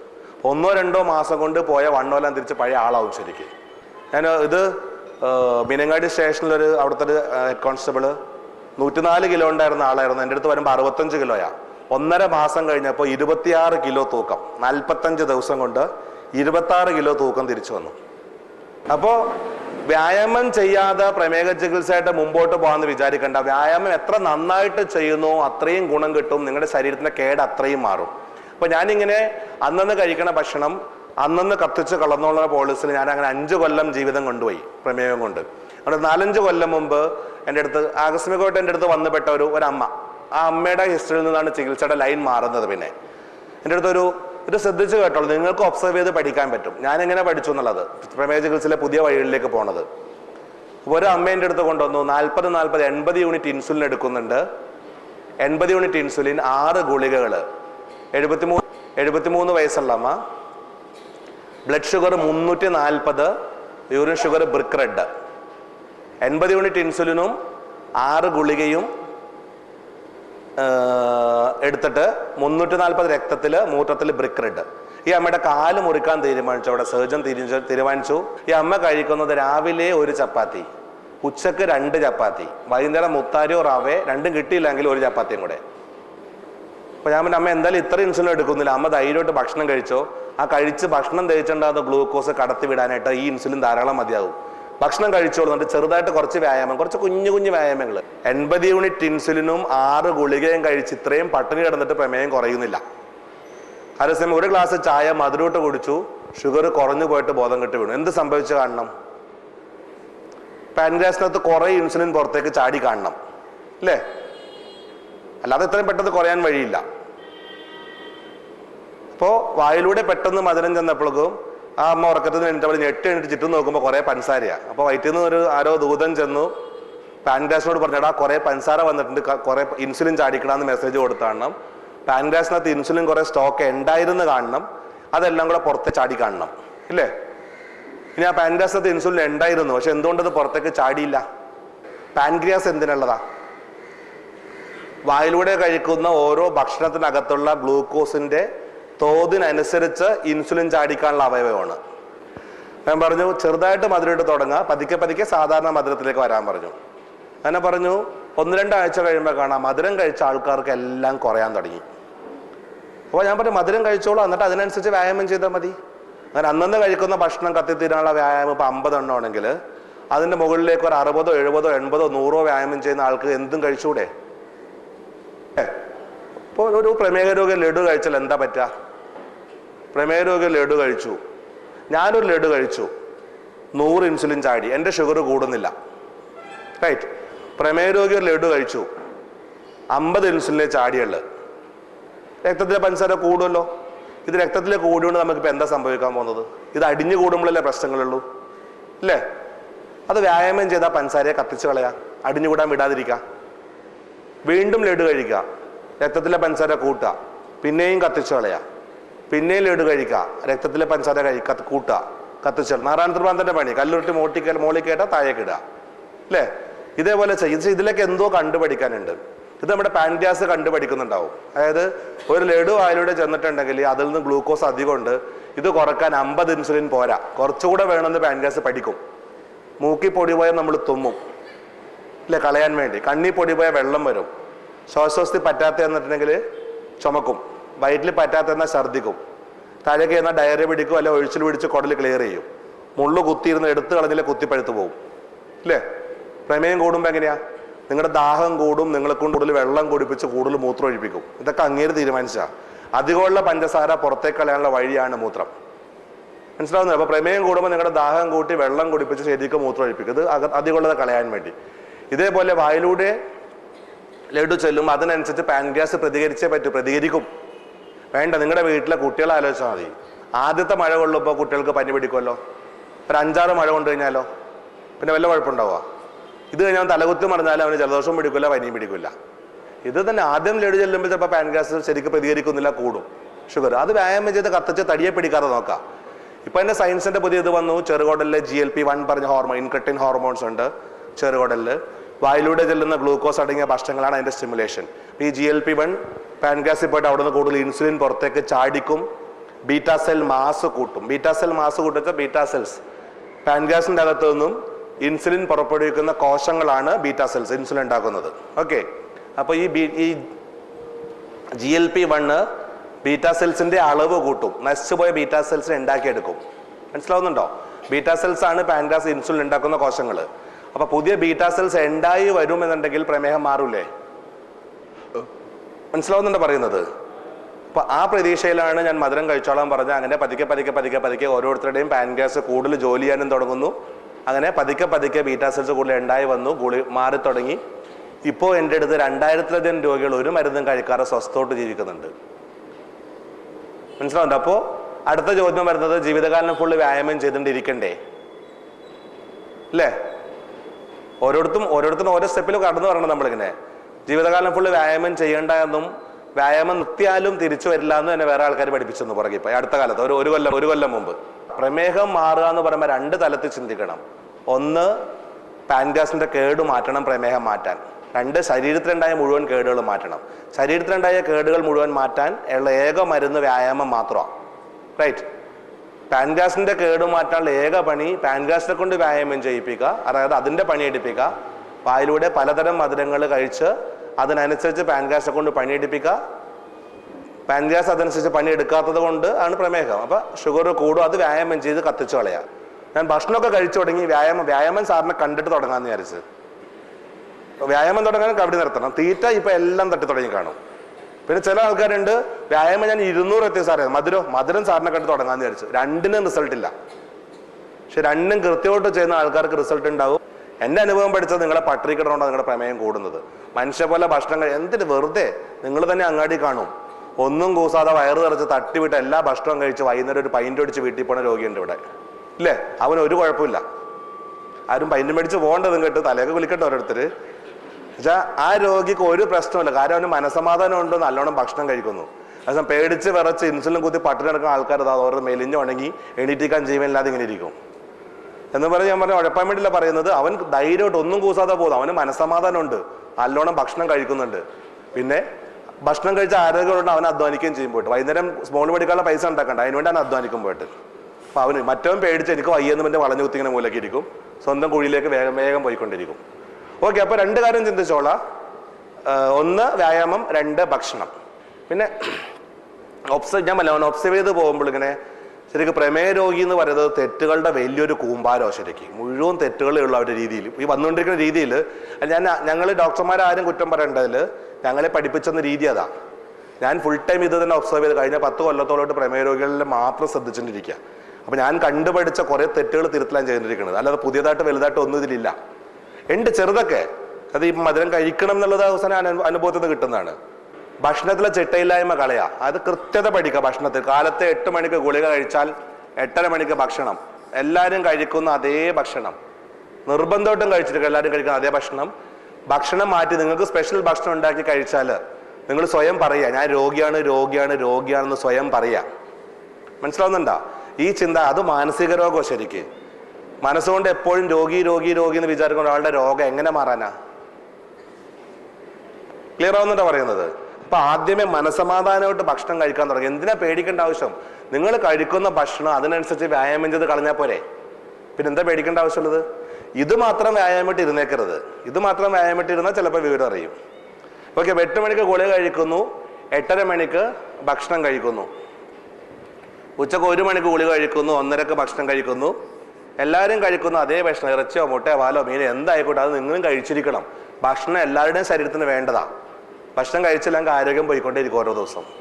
ഓക്കെ, രാത്രി 8 മണിക്ക് ഗുളിക കഴിക്കുന്നു, 8:30 മണിക്ക് ഭക്ഷണം കഴിച്ചിരിക്കണം. അതും എല്ലാവരും കഴിക്കുന്ന അതേ ഭക്ഷണം, ചപ്പാത്തിയോ ഗോതമ്പോ മുത്താരി ഉണ്ടാക്കാൻ നടക്കരുത്. അത് ചെയ്യുന്തോറും നിങ്ങൾ സ്വയം രോഗി എന്ന് പറയാം. മനസ്സിലാവുന്നുണ്ടോ പറഞ്ഞപ്പോ? അപ്പൊ ഒരേ ഡോസ് ഗുളികയേക്കാൾ പ്രാധാന്യം കൊടുക്കുക, ഒരേ ഡോസ് ഭക്ഷണം അത് കഴിയുന്നതും സമയത്തും കാലത്തും കഴിക്കാം. എന്തും കഴിക്കാം, പക്ഷെ വലിച്ചു വാരി കഴിക്കരുത്. കല്യാണമൊന്നും കഴിക്കരുത് പോയിട്ട് എന്തും കഴിക്കാന്ന് പറഞ്ഞിട്ട് സമയത്തും കാലത്തും ഭക്ഷണം കഴിക്കാൻ ശീലിച്ചേ പറ്റൂ. മനസ്സിലാവുന്നുണ്ടോ പറഞ്ഞത്? അപ്പൊ ചിട്ടയായ ഒരു സമയത്ത് ഇത് മാത്രം. ഇനി 11 മണിക്ക് ചായയും കടിയും വേണോ? കഴിച്ചോളൂ എല്ലാ ദിവസവും. ഒരു ദിവസം കഴിക്കുക, ഒരു ദിവസം കഴിക്കാതിരിക്കലും ഒഴിവാക്കാൻ കഴിയുന്നതും. വൈകുന്നേരം 5 മണിക്ക് വേണോ? കഴിച്ചോ. ഒരു ദിവസം ഒരു ബിസ്ക്കറ്റ്, പിറ്റേ ദിവസം 2 കിലോ കപ്പ, അത് ചെയ്തേക്കരുത്. ഒരു മയത്തിൽ കഴിക്കുക, അവനവന്റെ വയറാണെന്ന് വിചാരിച്ച് കഴിക്കുക. മനസ്സിലാവുന്നുണ്ടോ? അപ്പോൾ 24 മണിക്കൂർ കൊണ്ട് കഴിക്കുന്ന ഭക്ഷണം 24 മണിക്കൂർ കൊണ്ട് കത്തിച്ച് കളഞ്ഞാൽ മതി. നിങ്ങളുടെ ഇഷ്ടത്തിന് കഴിച്ചോളൂ. നിങ്ങളുടെ വയറിന് എന്ത് വേണമെന്നുള്ള സ്വാതന്ത്ര്യം നിങ്ങൾക്ക് തരാം. വ്യായാമം ചെയ്യാൻ പിന്നെ പലർക്കും സമയമില്ല, ഭയങ്കര തിരക്കായിരിക്കും. പിന്നെ ഒരു തിരക്കെന്ന് പറഞ്ഞാൽ നിന്ന് തിരിയാൻ സമയമില്ലാത്ത ആൾക്കാരെ ഭൂമിയിൽ എല്ലാവരും തന്നെ. എങ്ങോട്ടാ തിരക്കിട്ട് ഓടണമെന്നറിയോ? സ്വന്തം കുഴിയിലേക്കാണ്. എന്നാൽ വ്യായാമം ചെയ്തല്ലേ നിങ്ങളുടെ കാര്യം പറ്റാ. അത് ഒരു സംശയം വേണ്ട. ഇവിടുത്തെ കളക്ടർ ഉണ്ടെപ്പോൾ ഞാൻ അങ്ങനെ പറയുള്ളത്. അത് വ്യായാമം ചെയ്യാതെ എങ്ങോട്ട് കൊടുത്ത പ്രമേയ രോഗി ഒരു കാര്യമില്ല, എവിടെ പോയാലും നിങ്ങൾക്ക് രക്ഷയില്ല. അത് അന്നന്ന് കഴിക്കണ ഭക്ഷണം അന്നന്ന് വ്യായാമം ചെയ്ത് കളഞ്ഞേ തീരൂ. ഓക്കെ, അപ്പോൾ ഒരേ ഡോസ് ഗുളിക, ഒരേ ഡോസ് ഭക്ഷണം എല്ലാം തികച്ച്, ഒന്നിൻ്റെയും കുറവ് പാടില്ല, കൂടുതൽ പാടില്ല. കൂടുതൽ എന്തോരം കഴിച്ചോളൂ, പക്ഷെ അതനുസരിച്ച് വ്യായാമം ചെയ്തോളണം. ക്ലിയർ അല്ലേ? മനസ്സിലാവുന്നുണ്ടോ? ഞാൻ എല്ലാം കഴിച്ചോ എന്ന് പറഞ്ഞൊന്നും എൻ്റെ അടുത്ത് കഴിക്കണ്ട. ഉറപ്പ് പറയാൻ ഞാൻ 100% പറയാം, കഴിച്ചവർക്കെല്ലാം കുറവാണ്. എൻ്റെ അടുത്ത് കഴിച്ചിട്ട് കൂടിയവരില്ല. വ്യായാമം കൂടെ ചെയ്താൽ, ഇത് മാത്രം വ്യായാമമായിട്ട് ഇരുന്നിട്ടുണ്ടെങ്കിൽ ചിലപ്പോൾ കൂടും. ക്ലിയർ ആവുന്നുണ്ടല്ലോ അല്ലേ? ഓക്കെ, ഒരേ ഡോസ് ഗുളിക, ഒരേ ഡോസ് ഭക്ഷണം. ഓക്കെ, ഇനി അടുത്ത സ്റ്റെപ്പ് പഠിക്കേണ്ടത് കുറച്ച് കാര്യങ്ങൾ. ഒന്ന്, രക്തം എല്ലാവരും പരിശോധിച്ച് നോക്കുന്നുണ്ടല്ലോ അല്ലേ? ഇത് ഞാൻ എൻ്റെ അനുഭവത്തിൽ നിന്ന് പഠിച്ച കുറച്ച് കാര്യങ്ങളിൽപ്പെട്ടാണ്. അതായത് ഏറ്റവും കൂടുതൽ, അതായത് 100 രോഗികൾ, കിഡ്നി രണ്ടും കേടായി പോയ 100 രോഗികൾ എടുത്തിട്ടുണ്ടെങ്കിൽ അതിൽ 93 പേരും പ്രമേയ രോഗികളായിരിക്കും എന്നാ പറയാം. ബാക്കി 7 പേരും വൃക്കരോഗികളായിരിക്കും, കിഡ്നി കേടായി പോയ, കിഡ്നിക്ക് തന്നെ രോഗം വന്നവർ. അല്ലാതെ 93% കിഡ്നി രോഗത്തിൻ്റെ കാരണം പ്രമേയ രോഗം എന്നാ പറയാം. ഒരു ഈ കണക്കുകൾ മുഴുവൻ എനിക്കറിയില്ല, എന്നാലും ഏകദേശം അങ്ങനെ പറയുന്നത്. അപ്പോൾ 180 താഴെ, രക്തത്തിലെ അളവ് 180 താഴെ ആവുമ്പോൾ മൂത്രത്തിൽ പഞ്ചസാര ഇല്ല. 180 കൂടുതലാകുമ്പോൾ പച്ച, മഞ്ഞ, ഓറഞ്ച്, റെഡ്. രക്തത്തിലെ അളവ് കൂടുന്നതിനനുസരിച്ച് മൂത്രത്തിലൂടെ പുറത്തേക്ക് പോകുന്നതിൻ്റെ അളവ് കൂടിക്കൊണ്ടിരിക്കും. ഓക്കെ, പച്ച എന്ന് പറയുമ്പോൾ 1/2 ഗ്രാം പഞ്ചസാര 1 ലിറ്റർ മൂത്രത്തിൽ, മഞ്ഞ 1 gram, orange 1.5 gram, red 2 gram. Uric sugar red എന്ന് പറയുമ്പോൾ നിങ്ങൾ 1 ലിറ്റർ മൂത്രം ഒഴിക്കുമ്പോൾ അതിൽ 2 ഗ്രാം പഞ്ചസാര ഉണ്ടെന്നുള്ളതാണ്. റെഡ് എന്ന് പറയുമ്പോൾ 1 ലിറ്റർ മൂത്രം ഒഴിക്കുമ്പോൾ അതിൽ 2 ഗ്രാം പഞ്ചസാര ഉണ്ടെന്നുള്ളതാണ്. ക്ലിയർ? 2 ലിറ്റർ മൂത്രം ഒഴിക്കുമ്പോൾ അതിൽ 4 ഗ്രാം പഞ്ചസാര ഉണ്ടെന്നുള്ളതാണ്. ഓക്കെ, ഒരു 5 ലിറ്റർ മൂത്രം ഒഴിച്ചാൽ അതിൽ ഒരു ചായക്കുള്ള പഞ്ചസാര ഉണ്ടാവും, 10 ഗ്രാം പഞ്ചസാര ഉണ്ടാവും ഏകദേശം. ഓക്കെ, അപ്പൊ അധികമുള്ള പഞ്ചസാര പുറത്തേക്ക് കളയാനുള്ള വഴിയാണ് മൂത്രം എന്ന് പറഞ്ഞു. അപ്പൊ എത്രത്തോളം മൂത്രം പോകുന്നു അത്രയും നല്ലതല്ലേ? അതിനെന്ത് ചെയ്യണം? വെള്ളം കുടിക്കുക. അപ്പൊ അങ്ങനെ നല്ലോണം വെള്ളം കുടിച്ചാൽ കിഡ്നി കേടായി പോകില്ലേ? നെഫ്രോളജിസ്റ്റ് പറയാം വല്ലാതെ വെള്ളം കുടിച്ചാൽ കിഡ്നി കേടാവുന്നതാണ് അല്ലേ? യൂറോളജിസ്റ്റ് പറയും ശരിക്കും വെള്ളം കുടിച്ചാലേ കല്ലുണ്ടാവും എന്ന് പറയും. കിഡ്നിയുടെ അകത്ത് കല്ലുണ്ടെങ്കിൽ നമ്മൾ കുടുങ്ങി, എന്ത് ചെയ്യണമെന്ന് സംശയവും. അതേപോലെ നമ്മുടെ ഗാസ്ട്രോൻട്രോളജിസ്റ്റ് പറയും സ്മോൾ അടിക്കരുത്, സ്മോൾ അടിച്ചാൽ കുടല് കേട്, അൾസർ വരും, സിറോസിസ് വരും, അതാണ് ഇതാണ് 150 പറയും. കാർഡിയോളജിസ്റ്റ് പറയും വൈദ്യുതം ചെറുതായിക്കോ കുഴപ്പമില്ല നല്ലതാണെന്ന് പറയും അല്ലേ? കാരണം പലർക്കും കാർഡിയോളജിസ്റ്റിനെ ഭയങ്കര ഇഷ്ടമാണ്, മറ്റാളെ കണ്ണിന് കണ്ടുകൂടാ പലർക്കും. അങ്ങനെ ഇത് മൂത്രത്തിൽ പഞ്ചസാര ഇല്ലാത്ത അവസ്ഥയിൽ നിർത്തിയാൽ കിഡ്നിയുടെ അരിപ്പുകൾക്ക് ഉണ്ടാവുന്ന കേട് നമുക്ക് കുറക്കാം അല്ലേ? അപ്പോൾ ഏത് സമയത്ത് മൂത്രം? ഏറ്റവും കൂടുതലുള്ള സമയത്തല്ല നോക്കേണ്ടത്. ഏറ്റവും കൂടുതലുള്ള സമയത്ത് മൂത്രത്തിൽ ഇല്ല എങ്കിൽ 24 മണിക്കൂറും കൂടുതലുണ്ടാവില്ലല്ലോ. മനസ്സിലാവുന്നുണ്ടോ പറഞ്ഞത്? രക്തത്തിൽ ഏറ്റവും കൂടുതലുള്ള സമയത്ത് മൂത്രത്തിൽ പഞ്ചസാര ഇല്ലാത്ത അവസ്ഥയിലാണെങ്കിൽ 24 മണിക്കൂറും മൂത്രത്തിലേക്ക് പഞ്ചസാര വരുന്നില്ല. അപ്പം നമ്മുടെ കിഡ്നിയുടെ അരിപ്പുകൾക്ക് കേട് പറ്റില്ല. റൈറ്റ്? ഏത് സമയത്ത് ഏറ്റവും കൂടുതലുള്ളത്? ഭക്ഷണം കഴിഞ്ഞ് 2 മണിക്കൂർ ആകുമ്പോഴല്ലേ അല്ലേ? നോക്കാം. അപ്പൊ രാവിലെ നിങ്ങൾ വെറും വയറ്റിൽ നോക്കുമ്പോൾ 100, 9 മണിക്ക് ബ്രേക്ക്ഫാസ്റ്റ് കഴിച്ചു, ഒരു 4 ഇഡ്ഡലി കഴിച്ചു, നോക്കുമ്പോൾ 140 അല്ലേ? ഇതിപ്പോ കൺട്രോൾ അല്ലേ? 100, 140 കൺട്രോൾ അല്ലേ? പക്ഷെ ഈ സമയത്ത് യൂറിൻ ഷുഗർ ഓറഞ്ച് ആണെങ്കിലോ അല്ലെ യെല്ലോ ആണെങ്കിലോ 140 ഒപ്പം അപ്പൊ കേടല്ലേ? ഇത് കിഡ്നി അരിപ്പുകൾ കേടാക്കൂലേ? അപ്പൊ കൺട്രോൾ നോർമൽ എന്ന് പറയണമെങ്കിൽ യൂറിൻ ഷുഗർ 140, ബ്ലഡ് ഷുഗർ 140 കൂടെ യൂറിൻ ഷുഗർ നില്ല് കൂടെയാണെന്ന് നോക്കിയേക്കണം. മൂത്രത്തിൽ പഞ്ചസാര ഉണ്ടോന്ന് കൂടെ ചെക്ക് ചെയ്യണം. അതായത് കിഡ്നിയുടെ അരിപ്പുകൾ വീക്കാന്ന് വെച്ചാൽ റീനൽ ത്രഷോൾഡ് താഴേക്ക് വരും. അത് പലർക്കും പല അളവിലായിരിക്കാം. അപ്പോൾ ഏറ്റവും കൂടുതലുള്ള സമയത്ത് മൂത്രത്തിൽ പഞ്ചസാര ഉണ്ടാവരുതെന്ന് ശ്രദ്ധിക്കാം. മനസ്സിലാവുന്നുണ്ടോ? ഇപ്പൊ യൂറിൻ ഷുഗർ 140 യൂറിൻ ഷുഗർ നിൽ, ഇതിപ്പോ ഓക്കെ ആണോ? ഇത് ശരിയാണോ? ഇതിപ്പോ കൺട്രോൾ ആയോ? ഇനി ഒന്നുകൂടെ നോക്കുക. 11 മണിക്ക്, ഒരു 9 മണിക്ക് ഭക്ഷണം കഴിച്ചു, 11 മണിക്ക് നോക്കി 140. ഈ 11 മണി തൊട്ട് ഉച്ചക്ക് 1 മണി വരെയുള്ള സമയം ഒന്ന് ആലോചിച്ച് നോക്കിയേ. 11 മണിക്ക് നമ്മൾ രക്തം നോക്കിയപ്പോൾ ഏറ്റവും കൂടുതൽ സമയം എന്ന് പറഞ്ഞു. ഉച്ചക്ക് 1 മണി വരെയുള്ള സമയം ഒന്ന് ആലോചിച്ച് നോക്ക്. ആ സമയത്ത് എന്തെങ്കിലും വ്യായാമം ചെയ്യുന്നുണ്ടോ? ഒന്നുമില്ല. പ്രമേഹം ഉണ്ടോ എന്ന് അറിയാൻ ഏറ്റവും നല്ലത് മെയിൻ ഭക്ഷണം കഴിഞ്ഞ് 2 മണിക്കൂറാകുമ്പോൾ രക്തവും മൂത്രവും പരിശോധിക്കാം. അതിന് പല ആളുകൾ ഉണ്ടോ എന്ന് പരിശോധിക്കാൻ പോകുന്ന രാവിലെ വെറും വയറ്റിൽ പോകും. ഏറ്റവും കുറവുള്ള സമയത്ത് നോക്കും. അപ്പൊ ഈ ബോർഡർ ലൈൻ ഒന്നും നമുക്ക് കിട്ടില്ല. പ്രീ ഡയബറ്റിക്കും അറിയാൻ പറ്റില്ല. മനസ്സിലായി പറഞ്ഞത്? പലർക്കും പല സമയത്തായിരിക്കാം വേരിയേഷൻസ് ഉണ്ടാകാം. പക്ഷേ മനസ്സിൽ വെക്കേണ്ട ഇത്രയേ ഉള്ളൂ, 95% പേർക്കും കൂടുതൽ ഞാൻ കണ്ടിട്ടുള്ളത് ഉച്ചഭക്ഷണം കഴിഞ്ഞ് 2 മണിക്കൂറിന് ഒഴിക്കുന്ന മൂത്രത്തിലും രക്തത്തിലും ഏറ്റവും കൂടുതൽ സമയം. അപ്പൊ അതുകൊണ്ട് കിഡ്നി കേടാകാതിരിക്കാൻ എന്ത് വേണം? ഉച്ചഭക്ഷണം കഴിഞ്ഞ് 2 മണിക്കൂറിന് ഒഴിക്കുന്ന മൂത്രത്തിൽ പഞ്ചസാര ഇല്ല എന്ന് ഉറപ്പാക്കുക. അപ്പൊ കിഡ്നി അരിപ്പുകൾക്ക് കേട് പറ്റുന്നില്ല. പിന്നെ അടിഞ്ഞുകൂടുന്ന കേട് ശരീരത്തിന്റെ എല്ലാ ഭാഗത്തും ഉണ്ടാവുന്നുണ്ട് അല്ലേ? അത് വരാതിരിക്കാൻ ചെയ്യുന്നത് അന്നന്ന് കഴിക്കുന്ന ഭക്ഷണം അന്നന്ന് കത്തിച്ചു കളയാം. ഉച്ചഭക്ഷണം കഴിഞ്ഞ് 2 മണിക്കൂറിന് ഒഴിക്കുന്ന മൂത്രത്തിൽ പഞ്ചസാര ഇല്ലാത്ത തലത്തില് പ്രമേയം കൺട്രോൾ ചെയ്തുകൊണ്ട് അന്നന്ന് കഴിക്കുന്ന ഭക്ഷണം അന്നന്ന് കത്തിച്ച് കളയുകയാണെങ്കിൽ കൺട്രോൾ എന്ന് പറയാം ഏകദേശം അല്ലേ? മനസ്സിൽ അങ്ങനെ കൺട്രോൾ ചെയ്ത് നിങ്ങളുടെ കിഡ്നിയുടെ അരിപ്പൊക്കെ കേടുപറ്റുന്നില്ല, കിഡ്നി കേടുപറ്റുന്ന ശരീരത്തിൽ എങ്ങും കേടുപറ്റുന്നില്ല. ക്ലിയർ? ഇവിടെയാണ് കൺട്രോൾ ചെയ്യേണ്ടത്. ഇത് കൺട്രോൾ ചെയ്യാണ്ട് നിങ്ങൾക്ക് വ്യായാമം കൂട്ടി ചെയ്യാം. അതുകൂടാതെ മരുന്നിന്റെ ഡോസ് അഡ്ജസ്റ്റ് ചെയ്യണം.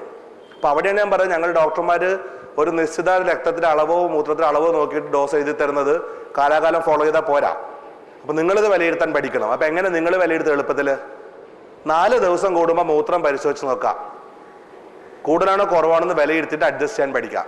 വല്ലാതെ കൂടുതലാണെങ്കിൽ തന്ന ഡോസും കൊണ്ടിരുന്നാൽ മതിയോ? വല്ലാതെ കൂടുതലാണെങ്കിൽ അല്പം ഡോസ് കൂട്ടി കഴിക്കാൻ നിങ്ങൾ പഠിക്കണം. വേണമെങ്കിൽ ലാസ്റ്റ് ആകുമ്പോൾ കുറച്ചുകൂടെ വ്യത്യാസം വന്നോളൂ, കുറച്ചുകൂടെ പഠിക്കാനുണ്ട്. വെള്ളം, വ്യായാമം, ഭക്ഷണം പറഞ്ഞു, അല്ല മരുന്ന് പറഞ്ഞു.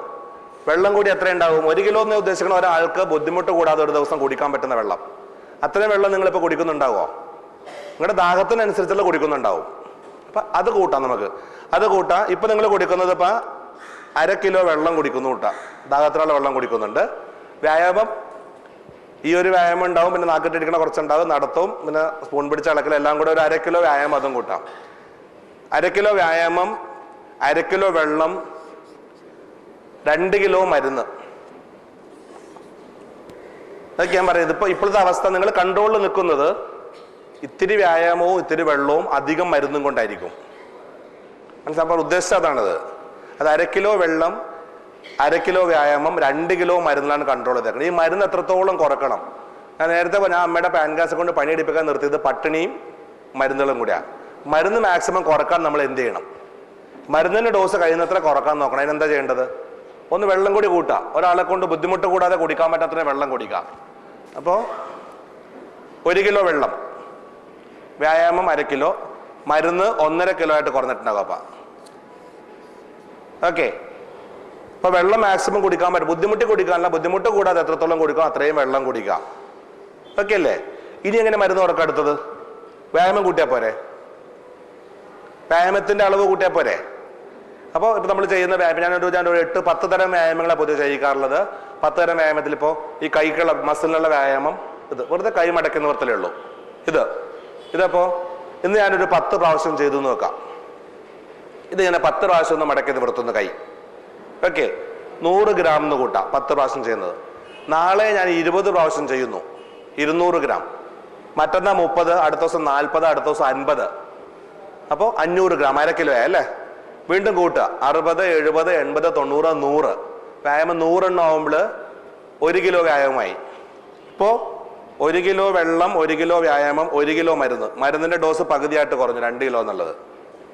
ഇനി വ്യായാമം കൂട്ടാം. 110, 120, 130, 140, 150, 190, 200. വ്യായാമം 2 കിലോ ആക്കി. കൂട്ടി 1 കിലോ വെള്ളം, 2 കിലോ വ്യായാമം, മരുന്ന് 0. ഈ അവസ്ഥയിലുള്ള 2000 പേരുണ്ടെന്ന് ഞാൻ പറഞ്ഞത്. എനിക്ക് വരക്കാൻ എളുപ്പമുണ്ട്, ചെയ്തവിടേക്ക് എത്തുമ്പോൾ ചെയ്യുമ്പോൾ അറിയാൻ എൻ്റെ ബുദ്ധിമുട്ട് എന്താണെന്നുള്ളത്. പക്ഷേ രക്ഷപ്പെടാൻ വേറെ വഴിയൊന്നും മുമ്പിലില്ലാന്ന് എനിക്ക് തോന്നുന്നത്. ഏകദേശം ഇതൊക്കെ തന്നെയുള്ള വഴിയെന്ന് പലരും തെളിയിച്ചു തുടങ്ങി, നന്നായിട്ട് തന്നെ, നല്ല വ്യക്തതയോട് തെളിയിച്ചു തുടങ്ങി പലരും. പക്ഷെ ഈ വ്യായാമം കൂട്ടി 200 എത്തിക്കൊണ്ട് മാത്രം കുറയില്ല. പാൻക്രിയാസിനകത്ത് ഇൻസുലിനും കൂടെ വന്നാൽ മാത്രമേ പ്രമേയം ഇത് കുറഞ്ഞു പോകും, മരുന്ന് കുറഞ്ഞു പോവുള്ളൂ.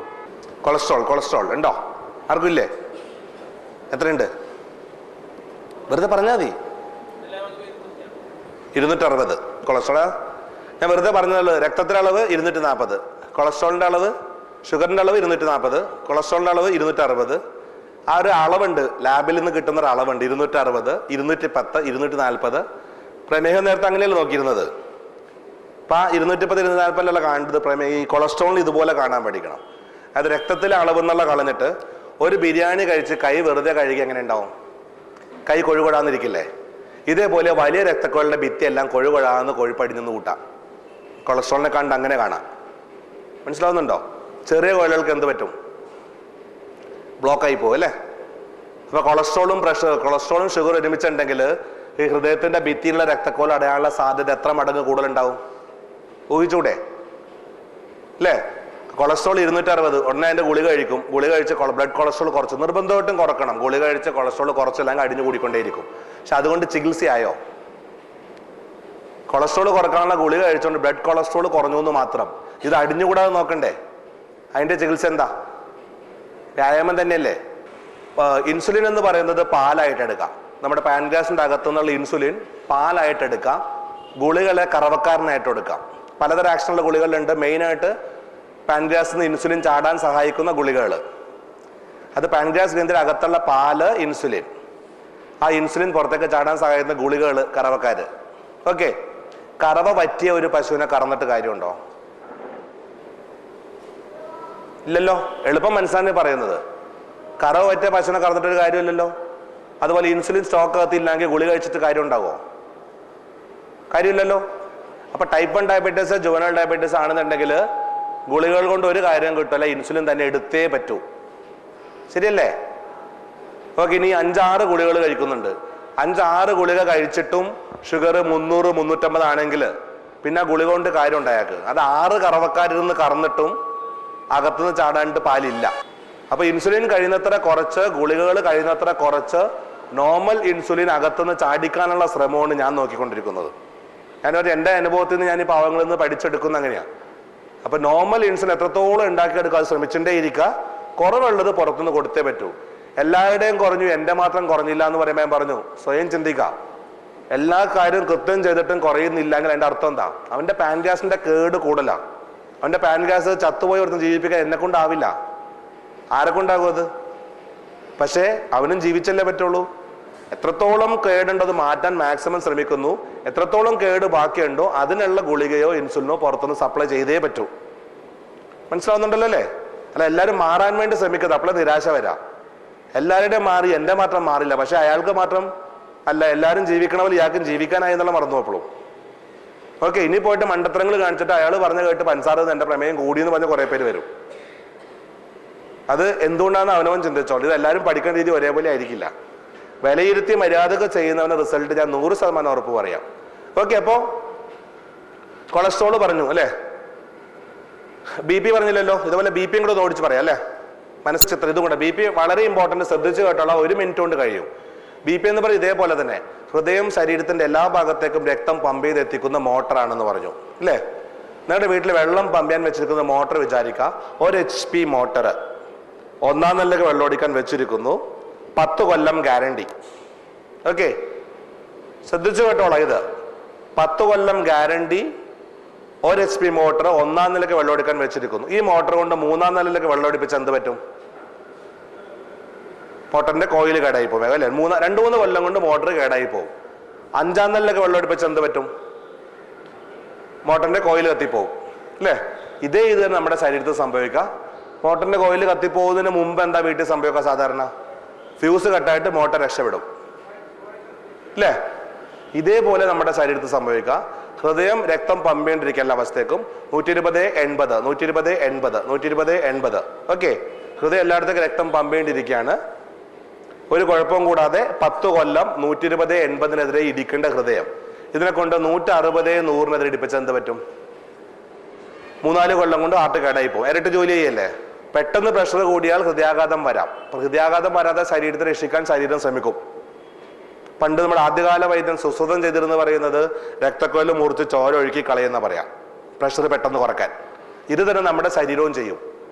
ഏറ്റവും ബലം കുറഞ്ഞ രക്തക്കൊഴൽ പൊട്ടിച്ച് കുറച്ച് ചോര അങ്ങോട്ട് ഒഴുക്കി കളയും.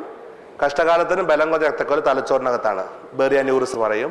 ഈ അന്യൂറിസം പൊട്ടി രക്തക്കൊഴൽ പൊട്ടിച്ച് ചോര ഒഴുക്കി കളയും. ഒഴുകി പോകില്ല, തലയോട്ടിക്കുള്ളിൽ കൊടുങ്ങും. ഈ വശം തളർന്നു പോകും. ആകെ കേൾക്കും നമ്മുടെ അന്നമച്ചെടുത്തി പ്രഷർ കൂടി ഒരു വശം തളർന്നു പോയി. പലരും കേട്ടിട്ടുണ്ടാകും, കൂടുതൽ മരിച്ചതിനേക്കാൾ കൂടുതൽ കേൾക്കാൻ തളർന്നു പോയിന്ന് അല്ലേ. ഫ്യൂസ് പോണതിന് തുല്യമാണത്. മോട്ടർ കത്തുന്നതിന് മുമ്പ് ഫ്യൂസ് കട്ടായിട്ട് മോട്ടർ രക്ഷപ്പെടും. അതുപോലെ ഹൃദയാഘാതം വന്ന് മരിച്ചു പോകാതെ രക്ഷിക്കാൻ വേണ്ടിയുള്ളതാണ് ഈ പക്ഷാഘാതം. ഇതിൽ ഏത് ആഘാതം വേണമെന്ന് അവനവൻ തിരഞ്ഞെടുത്തോളാം, ഇഷ്ടമുള്ളത്. പ്രഷർ ഉണ്ടെന്ന് പറഞ്ഞാൽ പലരോടും എനിക്ക് ഇത്രയും കാലത്ത് ഇല്ലാന്നോ, ഇത്രയും കാലം ഇല്ലാണ്ട് ഞാനാണ് തെറ്റ് ചെയ്ത പോലെ പറയാം. പ്രമേയ രോഗിക്ക് പ്രഷർ 140/90 ആണെപ്പോലും ഹൈ ആണ്. കാര്യം ഇത് നോക്കാം, നിങ്ങളുടെ ഹൃദയത്തിന്റെ ഭിത്തി അരിപ്പ പോലെ ദ്രവിച്ചിരിക്കും. പകുതി കോയിൽ കത്തിയ മോട്ടർ പോലെയുള്ള ഹൃദയമായിരിക്കും അല്ലേ. ആ പ്രമേയ രോഗിയെ കൊണ്ട് ഹൈ പ്രഷർ ഇടിപ്പിച്ച് എന്താ പറ്റുക? ഇത്തിരി പ്രഷർ അല്ലെങ്കിൽ പോലും ഹൃദയത്തിന്റെ ജോലിഭാരം കൂടുതലല്ലേ. പ്രഷർ കൺട്രോൾ ചെയ്ത് നിർത്തിക്കൊണ്ട് കൊളസ്ട്രോൾ കൺട്രോൾഡ് ആയിരിക്കണം, അല്ലെങ്കിലും അറ്റാക്കിന്റെ സാധ്യത കൂടുതലാണ്. ഓക്കെ, ഷുഗർ കൺട്രോൾ ചെയ്തിരിക്കണം. എങ്ങനെയാ? ഉച്ചഭക്ഷണം കഴിഞ്ഞ് 2 മണിക്കൂറിന് ഒഴിക്കുന്ന മൂത്രത്തിൽ പഞ്ചസാര ഇല്ലാത്ത തരത്തിൽ രക്തത്തിലെ പഞ്ചസാരയെ കുറച്ച് നിർത്തിയിരിക്കണം. അവിടെ നിർത്തിക്കൊണ്ട് അന്നന്ന് കഴിക്കണ ഭക്ഷണം അന്നന്ന് വ്യായാമം ചെയ്ത് കത്തിച്ച് കളഞ്ഞിട്ടിരിക്കണം. ഇതാണ് ശരിക്കുള്ള കൺട്രോൾ. ഇനി അതിന്റെ ക്യൂർ വേണോ? അന്നന്ന് കഴിക്കണ ഭക്ഷണം കത്തിക്കാനുള്ള വ്യായാമം 70 ആണെങ്കിൽ അതിന്റെ മുകളിലേക്ക് വ്യായാമം കൊണ്ടുപോകാം. 75, 80, 85, 90, 100, 140 വരെ പറ്റുന്നത്രയും പോട്ടെ. ബുദ്ധിമുട്ട് തോന്നുമ്പോൾ വീണ്ടും ഈ 70 മുകളിലേക്ക് പോകാം. അതിന്റെ പുറകോട്ട് വരരുത്. ഇഷ്ടമാവുന്നുണ്ടോ? അന്നന്ന് കഴിക്കുന്ന ഭക്ഷണം കത്തിക്കാനുള്ള വ്യായാമം 70 ആണെങ്കിൽ അതിന്റെ മുകളിലേക്ക് വ്യായാമം കൊണ്ടുപോയിക്കോളാം, അതിന്റെ താഴേക്ക് വരരുത്. ഓക്കെ, ഇത് ഞാൻ കാണിക്കുന്ന 10 വ്യായാമം എണ്ണി ചെയ്യണം, അത് ലാസ്റ്റ് പറഞ്ഞുതരാം. ഓക്കെ, അപ്പൊ വ്യായാമം ഓരോ ദിവസം കൂട്ടി മുകളിലേക്ക് പോയിക്കൊണ്ടിരിക്കുക. റൈറ്റ്, 70, 140, 70 തുടങ്ങുക. 72, 75, 78, 80, 82, 85 ഇങ്ങനെ കൂട്ടിക്കൊണ്ടേയിരിക്കുക വ്യായാമം കൂട്ടി പോകുന്നതനുസരിച്ച് രക്തോട്ടം കൂടിക്കൊണ്ടിരിക്കും, പേശികളുടെ കേട് മാറിക്കൊണ്ടിരിക്കും, പുതിയ പേശി ഉണ്ടായി കരുത്ത് വന്നിട്ടിരിക്കുന്നു, ഷുഗർ കത്തിക്കൊണ്ടിരിക്കും. ഷുഗർ കത്തി പോകുന്നതനുസരിച്ച് ബ്ലഡ് ഷുഗർ കുറഞ്ഞു വരാൻ തുടങ്ങും. ബ്ലഡ് ഷുഗർ കുറയുന്നതനുസരിച്ച് ഡോസ് കുറച്ച് കൊടുക്കണം. അപ്പൊ വ്യായാമം കൂട്ടിക്കൊണ്ടേയിരിക്കുക. 4 ദിവസം കൂടുമ്പോൾ മൂത്രം പരിശോധിച്ച് നോക്കുക. എല്ലാ ഭക്ഷണം കഴിച്ചുകൊണ്ടിരുന്നോളണം. വ്യായാമം കൂട്ടി പോകുന്നതനുസരിച്ച് 4 ദിവസം കൂടുമ്പോൾ മൂത്രം പരിശോധിച്ച് ഇല്ല എന്ന് കാണുമ്പോൾ ഇത്തിരി ആയിട്ട് മരുന്ന് കുറച്ച് കൊടുക്കണം. മരുന്നിന്റെ ഡോസ് കുറച്ചില്ലേ ഒരു കാരണവശാലും പ്രമേയം കുറയില്ല. മനസ്സിലാവുന്നുണ്ടോ? മരുന്നുകൾ എപ്പോഴും പാൻക്രിയാസ് സപ്രസ് ചെയ്യുന്നുള്ള എൻ്റെ അനുഭവം. റൈറ്റ്. അപ്പൊ മരുന്നിന്റെ ഡോസ് മാക്സിമം കുറക്കാൻ ശ്രമിക്കും. അപ്പൊ വ്യായാമം കൂട്ടി പോകുന്നതനുസരിച്ച് മൂത്രത്തിൽ ഇല്ല എന്ന് കണ്ടാൽ മരുന്ന് കുറക്കണം, നില്ല് കണ്ടാൽ മരുന്ന് കുറക്കണം, ഗ്രീൻ കണ്ടാൽ അതേ ഡോസ് തുടരാം, യെല്ലോ ഓറഞ്ച് റെഡ് കണ്ടാൽ മരുന്ന് കൂട്ടി കൊടുക്കണം. ഞാൻ നേരത്തെ കാണിച്ച പോലെ എന്തിന് ചെയ്യണം, എങ്ങനെ ചെയ്യണം, എത്രത്തോളം ചെയ്യണം, ഇത് മൂന്നാണല്ലോ ഏറ്റവും ഇമ്പോർട്ടൻറ്റ് പാർട്ട്. ഇതറിയാതെ വെറുതെ ഇങ്ങനെ കുറെ കാണിച്ചിട്ട് ഞാൻ വ്യായാമം ചെയ്യുന്നതുകൊണ്ട് കാര്യമൊന്നുമില്ല.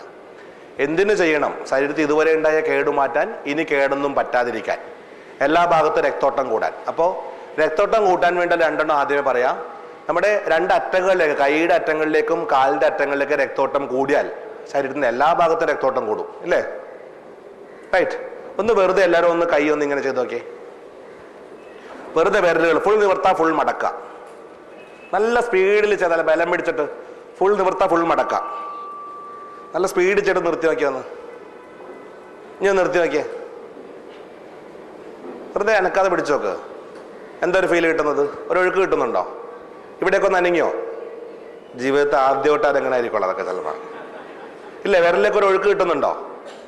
ഇല്ലേ? ഇത്രയേ ഉള്ളൂ കയ്യിലേക്ക് രക്തോട്ടം കൂട്ടാൻ. എവിടെ പോയി ഇരിക്കുമ്പോഴും, ടോയ്ലറ്റിൽ പോയി ഇരിക്കുമ്പോഴേ ചെയ്യാനുള്ളത്. ടി വി കണ്ട് സീരിയൽ മുഴുവൻ കണ്ട് ഇരിക്കൂല. അതിനെ കൂടെ വെറുതെ കൈ ഇങ്ങനെ കാണിച്ചിട്ടിരുന്നൂടെ? കാല് മുറിക്കാതിരിക്കാൻ എവിടെ ഇരിക്കുമ്പോഴും വെറുതെ കാലാട്ടിക്കൊണ്ടിരിക്കുക. കാരണന്മാർ അടി കൊള്ളാൻ നോക്കിക്കൊള്ളണം, അത്രേ ഉള്ളൂ. പിന്നെ പലരും കാരണന്മാർക്കായതുകൊണ്ട് വലിയ കുഴപ്പമുണ്ടാവില്ല, അടിക്കാൻ വേറെ ആരും ഉണ്ടാവില്ല. കാലിന്റെ അറ്റം കുത്തിവെക്കാൻ വെറുതെ മുട്ടുകാല് പൊക്കി താഴ്ത്താം. വെറുതെ ഇങ്ങനെ ചെയ്തിട്ടിരിക്കുക എവിടെ ഇരിക്കുമ്പോഴും. മനസ്സിലാവുന്നുണ്ടോ? ഇങ്ങനെ ഇരിക്കുമ്പോൾ തന്നെ രണ്ട് കാലം ഒരുമിച്ചിട്ടാ ഇങ്ങനെ വെറുതെ ആട്ടിക്കൊണ്ടേ ഇരിക്കുക. ഇതോടെ കാലിലേക്ക് രക്തോട്ടം കൂട്ടിക്കോളൂ. ഇങ്ങനെ വെറുതെ പമ്പ് ചെയ്തിട്ടേ ഇരിക്കുക. ഒരാഴ്ച കഴിയുമ്പോൾ നിങ്ങളുടെ കാലിന്റെ തരിപ്പ് പോയിട്ടുണ്ടാവും. ഇത് നോക്കിക്കോളൂ. മനസ്സിലാവുന്നു? അപ്പൊ രണ്ടറ്റത്തേക്ക് രക്തോട്ടം. ഇതിപ്പോ എവിടെ പോയി ഇരിക്കുമ്പോഴും ചെയ്തോളൂ. ഇങ്ങനെ വെറുതെ കാലാട്ടി കൊണ്ട് ശീലം വെക്കാം. ഇത് എല്ലായിടത്തും ഏതോരും കാണിച്ചു നടക്കരുത്. തലക്ക് സുഖമില്ലാന്ന് പറയാം അവസാനം.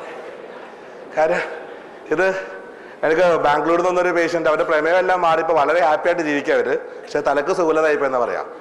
ഒരു ബാംഗ്ലൂരിൽ നിന്ന് വണ്ടി, അവരുടെ ഡ്രൈവർ ഗണിച്ചിട്ടുള്ളതാ. ബാംഗ്ലൂരിൽ നിന്ന് വണ്ടി എടുക്കുമ്പോൾ ഇവര് തുടങ്ങും ഇങ്ങനെ വണ്ടിയുടെ തീർന്ന്.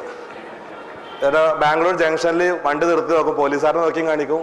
ഇരുന്നിങ്ങനെ വഴി കൂടെ പോകണ മൊഴി ഇത് തന്നെ വഴി, ഏത് നേരം ഇതാ മണി ഇവർക്ക്. ഇനി ഈ രസം ഇവിടുന്ന് കുറച്ചേരം ചെയ്ത് പഠിച്ച് കുറച്ച് നടന്നു പോകുമ്പോൾ നിങ്ങളുടെ കൈ അറിയാതെ പോകാൻ തുടങ്ങും ഇങ്ങനെ. ഓക്കെ. അപ്പോൾ ശ്രദ്ധിച്ച് ചെയ്തോണ്ട് ഇത് രണ്ടും ചെയ്യുമ്പോൾ കേട്ടോ, ആൾക്കാരെ കൊണ്ട് പറയിപ്പിക്കരുത്. അപ്പൊ കൈയുടെ ചെയ്യുക, കാലിന്റെ ഇഷ്ടം പോലെ ചെയ്തിട്ടുണ്ടിരിക്കും. ഇത് രണ്ടും ഓക്കെ അല്ലേ? ഇത് രണ്ടാണ് ഞാൻ വ്യായാമത്തിലേക്ക് പെടുത്തുന്നില്ല. ഇത് രണ്ട് രക്തോട്ടം കൂട്ടാനുള്ള രണ്ട് പരിപാടി. ഓക്കെ. ഇനി 10 വ്യായാമങ്ങളാണ് ഉള്ളത്. അല്ലെ ആദ്യത്തെ ഒരു 4 വ്യായാമങ്ങൾ ഒരു വടി ഉപയോഗിച്ച് ചെയ്യാനുള്ളതാണ് കേട്ടോ. അത് ഏതെങ്കിലും ഒരു 1 2 ഒരു ഇതുപോലത്തെ ഒരു വടി വെട്ടിയെടുക്കുക. 1 2, അല്ലാതെ ഇവിടെ ഒരു ബത്തേരിയിലുള്ള ഒരു ചങ്ങാതി നടന്ന പോലെ ആകരുത്. വടി അന്വേഷിച്ച് 2 കിലോ വടിയുള്ള വടി വെട്ടിയെടുക്കാൻ വേണ്ടിട്ട് ബത്തേരിയുള്ള മുഴുവൻ കടയിലും പോയി 2 കിലോയുള്ള വടി അന്വേഷിച്ച് നടക്കുക. ഒരാഴ്ച നടന്നിട്ട് വടി കിട്ടില്ല. ഏത് കടയിലെ വടി വെച്ചിട്ടിരിക്കുന്ന ആൾക്കാർ വീട്ടിൽ പോയിട്ട് മരത്തിൽ നിന്ന് വെട്ടിയെടുക്കുക. 2 കിലോയുള്ള വടി വെട്ടിയെടുക്കുക. ഒരു ചെറിയ ഒരു 1 2 3 4 കിലോ ഓരോ ആൾക്കാരുടെ കരുത്തിനനുസരിച്ച് ഈ വടി ഉപയോഗിച്ച് ചെയ്യാനുള്ളതാണ് ആദ്യത്തെ 4 വ്യായാമം. ഞാൻ വ്യായാമത്തിന്റെ ഓർഡർ പറയാം. ആദ്യമേ കൈക്ക് ആകെ ഒരു 6 എണ്ണം, ഉടലിന് 2 എണ്ണം, കാലിന് 2 എണ്ണം. എളുപ്പമല്ലോ ഓർക്കാൻ. കൈക്കുഴക്ക് 2 എണ്ണം, കൈമുട്ടിന് 2 എണ്ണം, തോളിന് 2 എണ്ണം. 6. ഓക്കെ.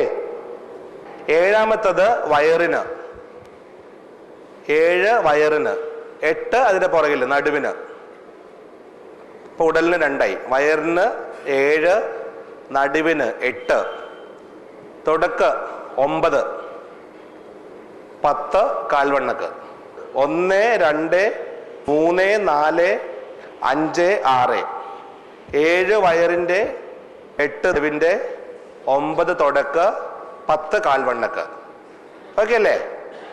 ഒന്നുകൂടെ പറയണ്ടല്ലോ? ക്ലിയർ അല്ലേ? പറയാ പുറകെ വരുന്നത്. അപ്പൊ ആദ്യത്തെ 4 എണ്ണം കൈക്കുഴക്കുള്ള 2 എണ്ണവും കൈമുട്ടിനുള്ള 2 എണ്ണവും വടി ഉപയോഗിച്ച് ചെയ്യേണ്ടതാണ്. ഓക്കെ. അപ്പൊ ആദ്യത്തെ കാണിക്കാണ്. വടി വെറുതെ വടി കൈ പിടിക്കുക, കൈക്കുഴ മുകളിലേക്കും താഴേക്കും ആക്കുക. റിസ്റ്റ് ഇത്രയേ ഉള്ളൂ. വളരെ സിമ്പിളാ വ്യായാമം എന്ന് പറയുന്നത്. ചെയ്യുമ്പോഴേ അറിയുള്ളൂ. പക്ഷെ ഓക്കെ. ഇത് നമ്മുടെ ഈ പേശുകൾക്കുള്ളതാ. റൈറ്റ്. ഇത് വെറുതെ ഇങ്ങനെ കാണിച്ചാൽ പോരാ. കുറച്ച് കഴിയുമ്പോൾ ഇതാ ഉണ്ടാ ഇങ്ങനെയാ കാണിക്കേണ്ടത്. ഒന്ന് ഇങ്ങനെ വടി ഉപയോഗിച്ച് തന്നെ ചെയ്യണം കേട്ടോ, അല്ലെങ്കിൽ ശരിയാവില്ല. ഫാദർ കൈ ചുരുട്ടി പിടിക്ക്, കൈ ചുരുട്ടി പിടിച്ച്. 2 ഇങ്ങനെ, പഴയ സ്കൂട്ടർ ഓടിച്ച് കളിക്കണം ഓർത്താൽ മതി. റൈറ്റ്, ഇത് 2 നമ്മുടെ ഫോർ ആംസിനുള്ളതാ. ഓക്കെ, 1 ഇങ്ങനെ, 2 ഇങ്ങനെ. മൂന്നാമത്തത് ഒരടി ദൂരത്തിൽ വടി പിടിക്കുക, ഒരടി ദൂരത്തിൽ കൈ പിടിക്കുക, നേരെ നിൽക്കുക, മുട്ടുകൈ വയറ്റത്ത് സപ്പോർട്ട് ചെയ്യുക. മുട്ടുകൈ വയറ്റത്ത് സപ്പോർട്ട് ചെയ്തിട്ട് കൈ മടക്കുക, നിവർത്തുക. വളരെ ഒന്നുമില്ല. ഇത് നിന്ന് ചെയ്യണല്ലേ, ഇരുന്ന് ചെയ്ത് പഠിച്ച കുറച്ച് ഇത് മാത്രം ഉണ്ടാവുള്ളൂ ചെയ്യല്. ഇങ്ങനെ ചെയ്ത എക്സസൈസ് ആവില്ല. കൈ ഫുൾ സ്ട്രെച്ച് വരണം കേട്ടോ. ഇങ്ങനെ കൊടയരുത് കൊണ്ട് ഞാൻ മുട്ടേ കടായി പോകും കേട്ടോ. കൈ നിവർത്ത, മടക്ക. ക്ലിയർ ആവുന്നുണ്ടോ? ഓക്കെ ആണോ? 1 2 3. റെഡി? അടുത്ത കാണിച്ചോട്ടെ, ഞാൻ ക്ഷീണിച്ചു. റെഡി? അടുത്തത് 4. 2 കൈ മുകളിലേക്ക് പൊക്കി പിടിക്കുക, മുട്ടൈ മടക്ക, നിവർത്ത. അത് പഴയ സിന്താബ വിളിക്കണ ഓർത്താൽ മതി. മുട്ടൈ മടക്കി നിവർത്ത അല്ലേ? Free movement. അത് കൈ മൂന്നാമത്തത് മുട്ടേക്ക് ചെയ്തത് മുട്ടേക്കുള്ള പറഞ്ഞു, താഴേക്ക് കൈ പിടിച്ചിട്ട് മുട്ട് മടക്കി നിർത്തി അല്ലേ? 4മത്തത് മുകളിലേക്ക് കൈ പിടിച്ചിട്ട് മുട്ട് മടക്കി നിർത്തി. കൈ മുകളിൽ നേരെ പിടിച്ചിട്ട് മടക്കി നിർത്തണം. അത് ഇങ്ങനെ കൈയരുത്. ചിലർ ഇങ്ങനെ ചെയ്യും, കുറച്ച് ചെയ്യുമ്പോൾ ഇങ്ങനെയാ, മുകളിലേക്ക് കൈ പിടിച്ച് മുട്ട് മടക്കി നിർത്താം. റൈറ്റ്? ഇനി കാണിക്കണ്ടല്ലോ 4 പഠിച്ചില്ലേ? ഇത് പഠിച്ചെന്നൊക്കെ പറയും, വീട്ടിൽ ചെന്നതൊക്കെ മറന്നും പോകുന്നുണ്ട്. അതാ കുഴപ്പക്കത്തിന്റെ.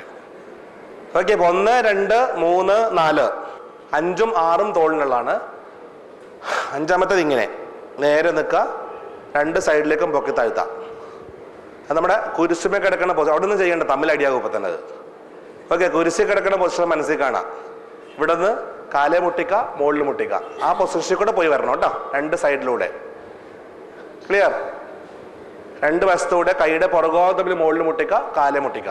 മുട്ടയും മടക്കാതെ ചെയ്യാം. ക്ലിയർ ആണോ? ഓക്കെ ആണോ?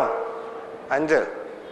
6മത്തെ അതേപോലെ കുരിശിൽ കിടക്കുന്ന പൊസിഷൻസ് തന്നെ, മുമ്പിലേക്കും പുറകിലേക്കും.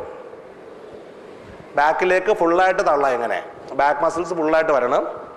അതേപോലെ ഫ്രണ്ടിലേക്ക് ചെസ്റ്റ് മസിൽ ഫുൾ സ്ട്രെച്ച് കിട്ടണം. ഇങ്ങനെ വലത്തേക്ക് താഴെ കൂടെ, വലത്തേക്ക് മോളിൽ കൂടെ, വലത്തേക്ക് താഴെ കൂടെ, വലത്തേക്ക് മോളിൽ കൂടെ. ഈ സൈഡിലൂടെ ഇതേ പൊസിഷൻ കൂടെ തന്നെ പോകണം കേട്ടോ. ഇങ്ങനെ ആക്കരുത് കുറച്ച് കഴിയുമ്പോൾ. ഓക്കെ ആണോ? റെഡി? 6. അപ്പോൾ 1 2 3 4 5 ഷോൾഡേഴ്സിന്, 6 ചെസ്റ്റും ബാക്കിനും. ഓക്കെ അല്ലേ? 6 എണ്ണം. ഇനി കാണിക്കണ്ടല്ലോ.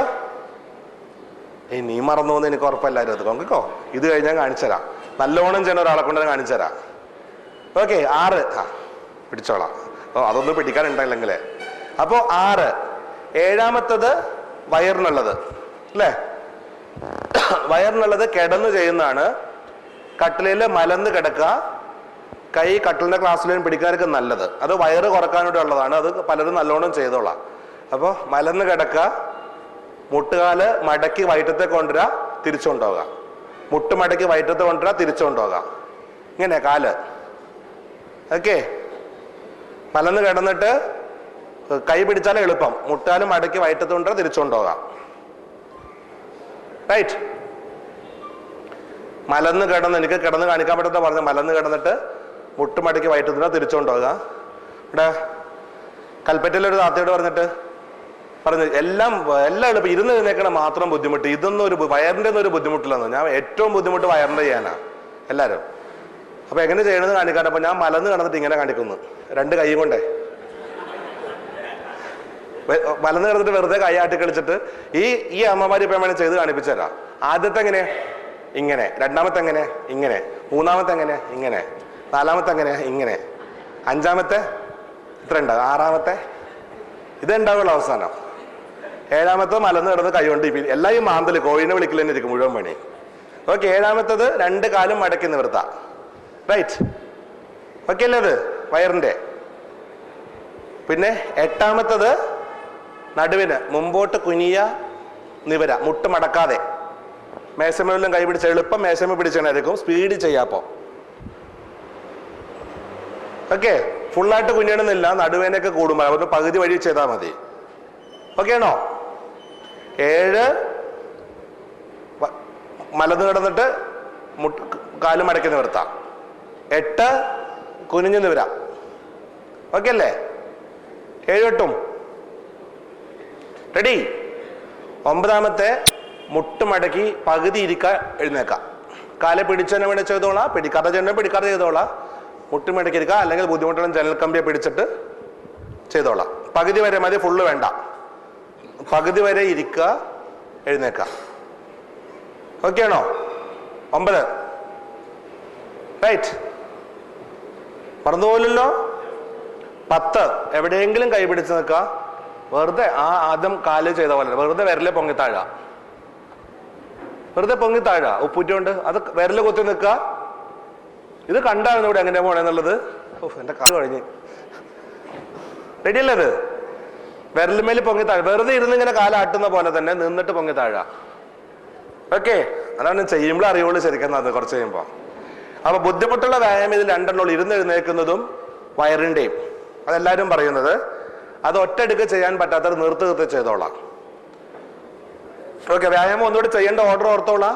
10 വ്യായാമങ്ങളും ഇതും എണ്ണണ്ട, ഇഷ്ടം പോലെ ചെയ്തോളാൻ പറഞ്ഞു. ബാക്കി 10 വ്യായാമം ഇന്ന് 10 എണ്ണം, നാളെ 15, മറ്റന്നാൾ 20, 25, 30. മൂത്രം പരിശോധിച്ച് നോക്കാം, എണ്ടോ ഇല്ലേന്ന് നോക്കി വിലയിരുത്താം. 35, 40, 45, 50. 50 എത്തുമ്പോൾ മൂത്രം പരിശോധിക്കുക, വിലയിരുത്തി നോക്കാം. 52, 55, 58, 60. 4 ദിവസം വീണ്ടും നോക്കുക. 62, 65, 68, 70. 4 ദിവസം മൂത്രം നോക്കുക. ഡോസ് അഡ്ജസ്റ്റ് ചെയ്തോളണം. മനസ്സിലാവുന്നുണ്ടോ? ഓക്കെ, ഒന്നുകൂടെ വ്യായാമങ്ങൾ കാണിക്കുന്നു. ഇനി 150 സംശയങ്ങൾ എല്ലാവർക്കും ഉണ്ടാവും. എനിക്ക് തോന്നുന്നു അതെല്ലാം കൂടി ഇനി നേരിട്ട് വരുമ്പോൾ തീർക്കാം. ഇല്ലേ മിക്കവാറും ഞാൻ സൈഡാകും നിങ്ങളെക്കാളും മുമ്പ്. ഓക്കെ, നല്ല ക്ഷീണിച്ചെന്ന് 6 മണിക്കൂർ ഏകദേശം ആയിട്ടുണ്ട് ഇപ്പൊ കണ്ടിന്യൂസ് യാത്ര. എത്ര? 1 കൈക്കുഴക്ക വടി ഉപയോഗിച്ച്, 2 3 4 5 6 7 വയറിന്റെ, 8 കുനിഞ്ഞു നിവരുന്നത്, 9 ഇരുന്നെഴുന്നേക്കുന്നത്, 10 നിന്നിട്ട് പോകുന്നത്. ഒന്ന് ചെയ്തു നോക്കുന്നു ആരെങ്കിലും ഒരാള് ചെയ്തോ? മരുന്നിന്റെ ഡോസുകൾ ഒന്ന് ഡിവൈഡ്. ഇപ്പൊ രാവിലെ മാത്രം എല്ലാം കഴിക്കുന്ന ആൾക്കാർ 2 നേരവും 3 നേരമായിട്ട് ഡിവൈഡ് ചെയ്യണം. എന്നിട്ട് വ്യായാമം ചെയ്യാം. പറഞ്ഞ പോലെ ഭക്ഷണം കഴിച്ചു തുടങ്ങാൻ വ്യായാമം ചെയ്തിട്ടിരിക്കുക. 4 ദിവസം മുമ്പ് മൂത്രം പരിശോധിച്ച് നോക്കിയിട്ട് വളരെ കൂടുതലാണെങ്കിൽ കുറച്ച് ഗുളിക കൂട്ടണം. പച്ചയാണെങ്കിൽ അതേ ഡോസ് കഴിച്ചോളാം. എന്നിട്ട് വ്യായാമം കൂട്ടിക്കൊണ്ടിരുന്നാൽ മതി. മൂത്രത്തിൽ ഇല്ല എന്ന് കാണിച്ചാൽ ഡോസ് കുറച്ചു കൊടുക്കണം. മനസ്സിലായോ? സ്വന്തമായിട്ട് ചെയ്യാൻ പറ്റും. ധൈര്യമായിട്ട് ചെയ്തോ. ഒരാഴ്ച കൊണ്ട് നിങ്ങൾ പഠിക്കുമത്.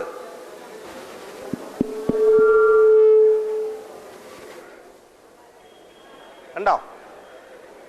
ഫുള്ള് വേണ്ട, കൈക്കുഴ മാത്രം. മനസ്സിലായോ? ഇപ്പൊ വളരെ സിമ്പിൾ അല്ലേ? മുട്ടുകാലുമേ കൈ വെച്ചിട്ട് ചെയ്യാം. യെസ്, പോരട്ടെ. ഇങ്ങോട്ട് കൈ അനക്കണ്ട, മുട്ടൈ മാത്രം, വേറെ എങ്ങും അനക്കണ്ട. ഇത് നോക്ക്, മനസ്സിലായത് തെറ്റെന്താന്നുള്ളത്? ഇങ്ങനെ പിടിക്ക, മുട്ടൈ മാത്രം മടക്ക. ഇവിടെ ഇട്ട് അനക്കണ്ട, മുട്ടൈ മാത്രം മടക്കാൻ നിവർത്താം. ക്ലിയർ അല്ലേ? ഇവിടെ എന്താ അനക്കണത്? ഇവിടെ എവിടെ പിടുത്തോ? ഇവിടെ അനക്കണ്ട, ഇവിടെ അനക്കണ്ട, മുട്ടൈ മാത്രം മടക്കി നിവർത്ത്. ഇത് ഇങ്ങനെ കാണിക്കണത് ഇങ്ങനെ. ഓക്കെ, 5ാമത്തെ കൈ കാലമുട്ട്, കാലെ കൈ മുട്ടിക്ക, മോളിൽ കൊണ്ട് മുട്ടിക്ക. ഓക്കെ, കാലെ മുട്ടിക്ക് ഇങ്ങനെ. അല്ലെങ്കിൽ കുറച്ച് 6 കുരിശുമേൻ തുടങ്ങാം. കുരിശുമേൻ തുടങ്ങാം, മുമ്പോട്ടും പുറകോട്ടും. യെസ്, ഓക്കെ, അത് ശരിയാണ്. നടുവിന് മുട്ട് മടക്കാതെ കുനിയ നിവര. യെസ്, ആരുടെ മുമ്പിൽ മുട്ട് നിൽക്കരുത്. 8ാമത്തെ ചെയ്യുമ്പോൾ. ഓക്കെ, 8ാമത്തെ അത്. 9ാമത്തെ മുട്ട് മടക്കി ഇരുന്നേക്കാം. ഫുള്ള് വേണ്ട. ഫുള്ള് ചെയ്താൽ കുറച്ച് കഴിയുമ്പോൾ മുട്ടുകാല വേന എടുക്കും. അതുകൊണ്ടാണ് നടുവേനയും വരും. ചെയ്തോ, പകുതി വരെ മതി. പോരെ, പോരട്ടെ. പകുതി വരെ മതി. പോരട്ടാ മതി. യെസ്, പൊങ്ങി താഴെ മതിയല്ലേ? അത് തന്നെ.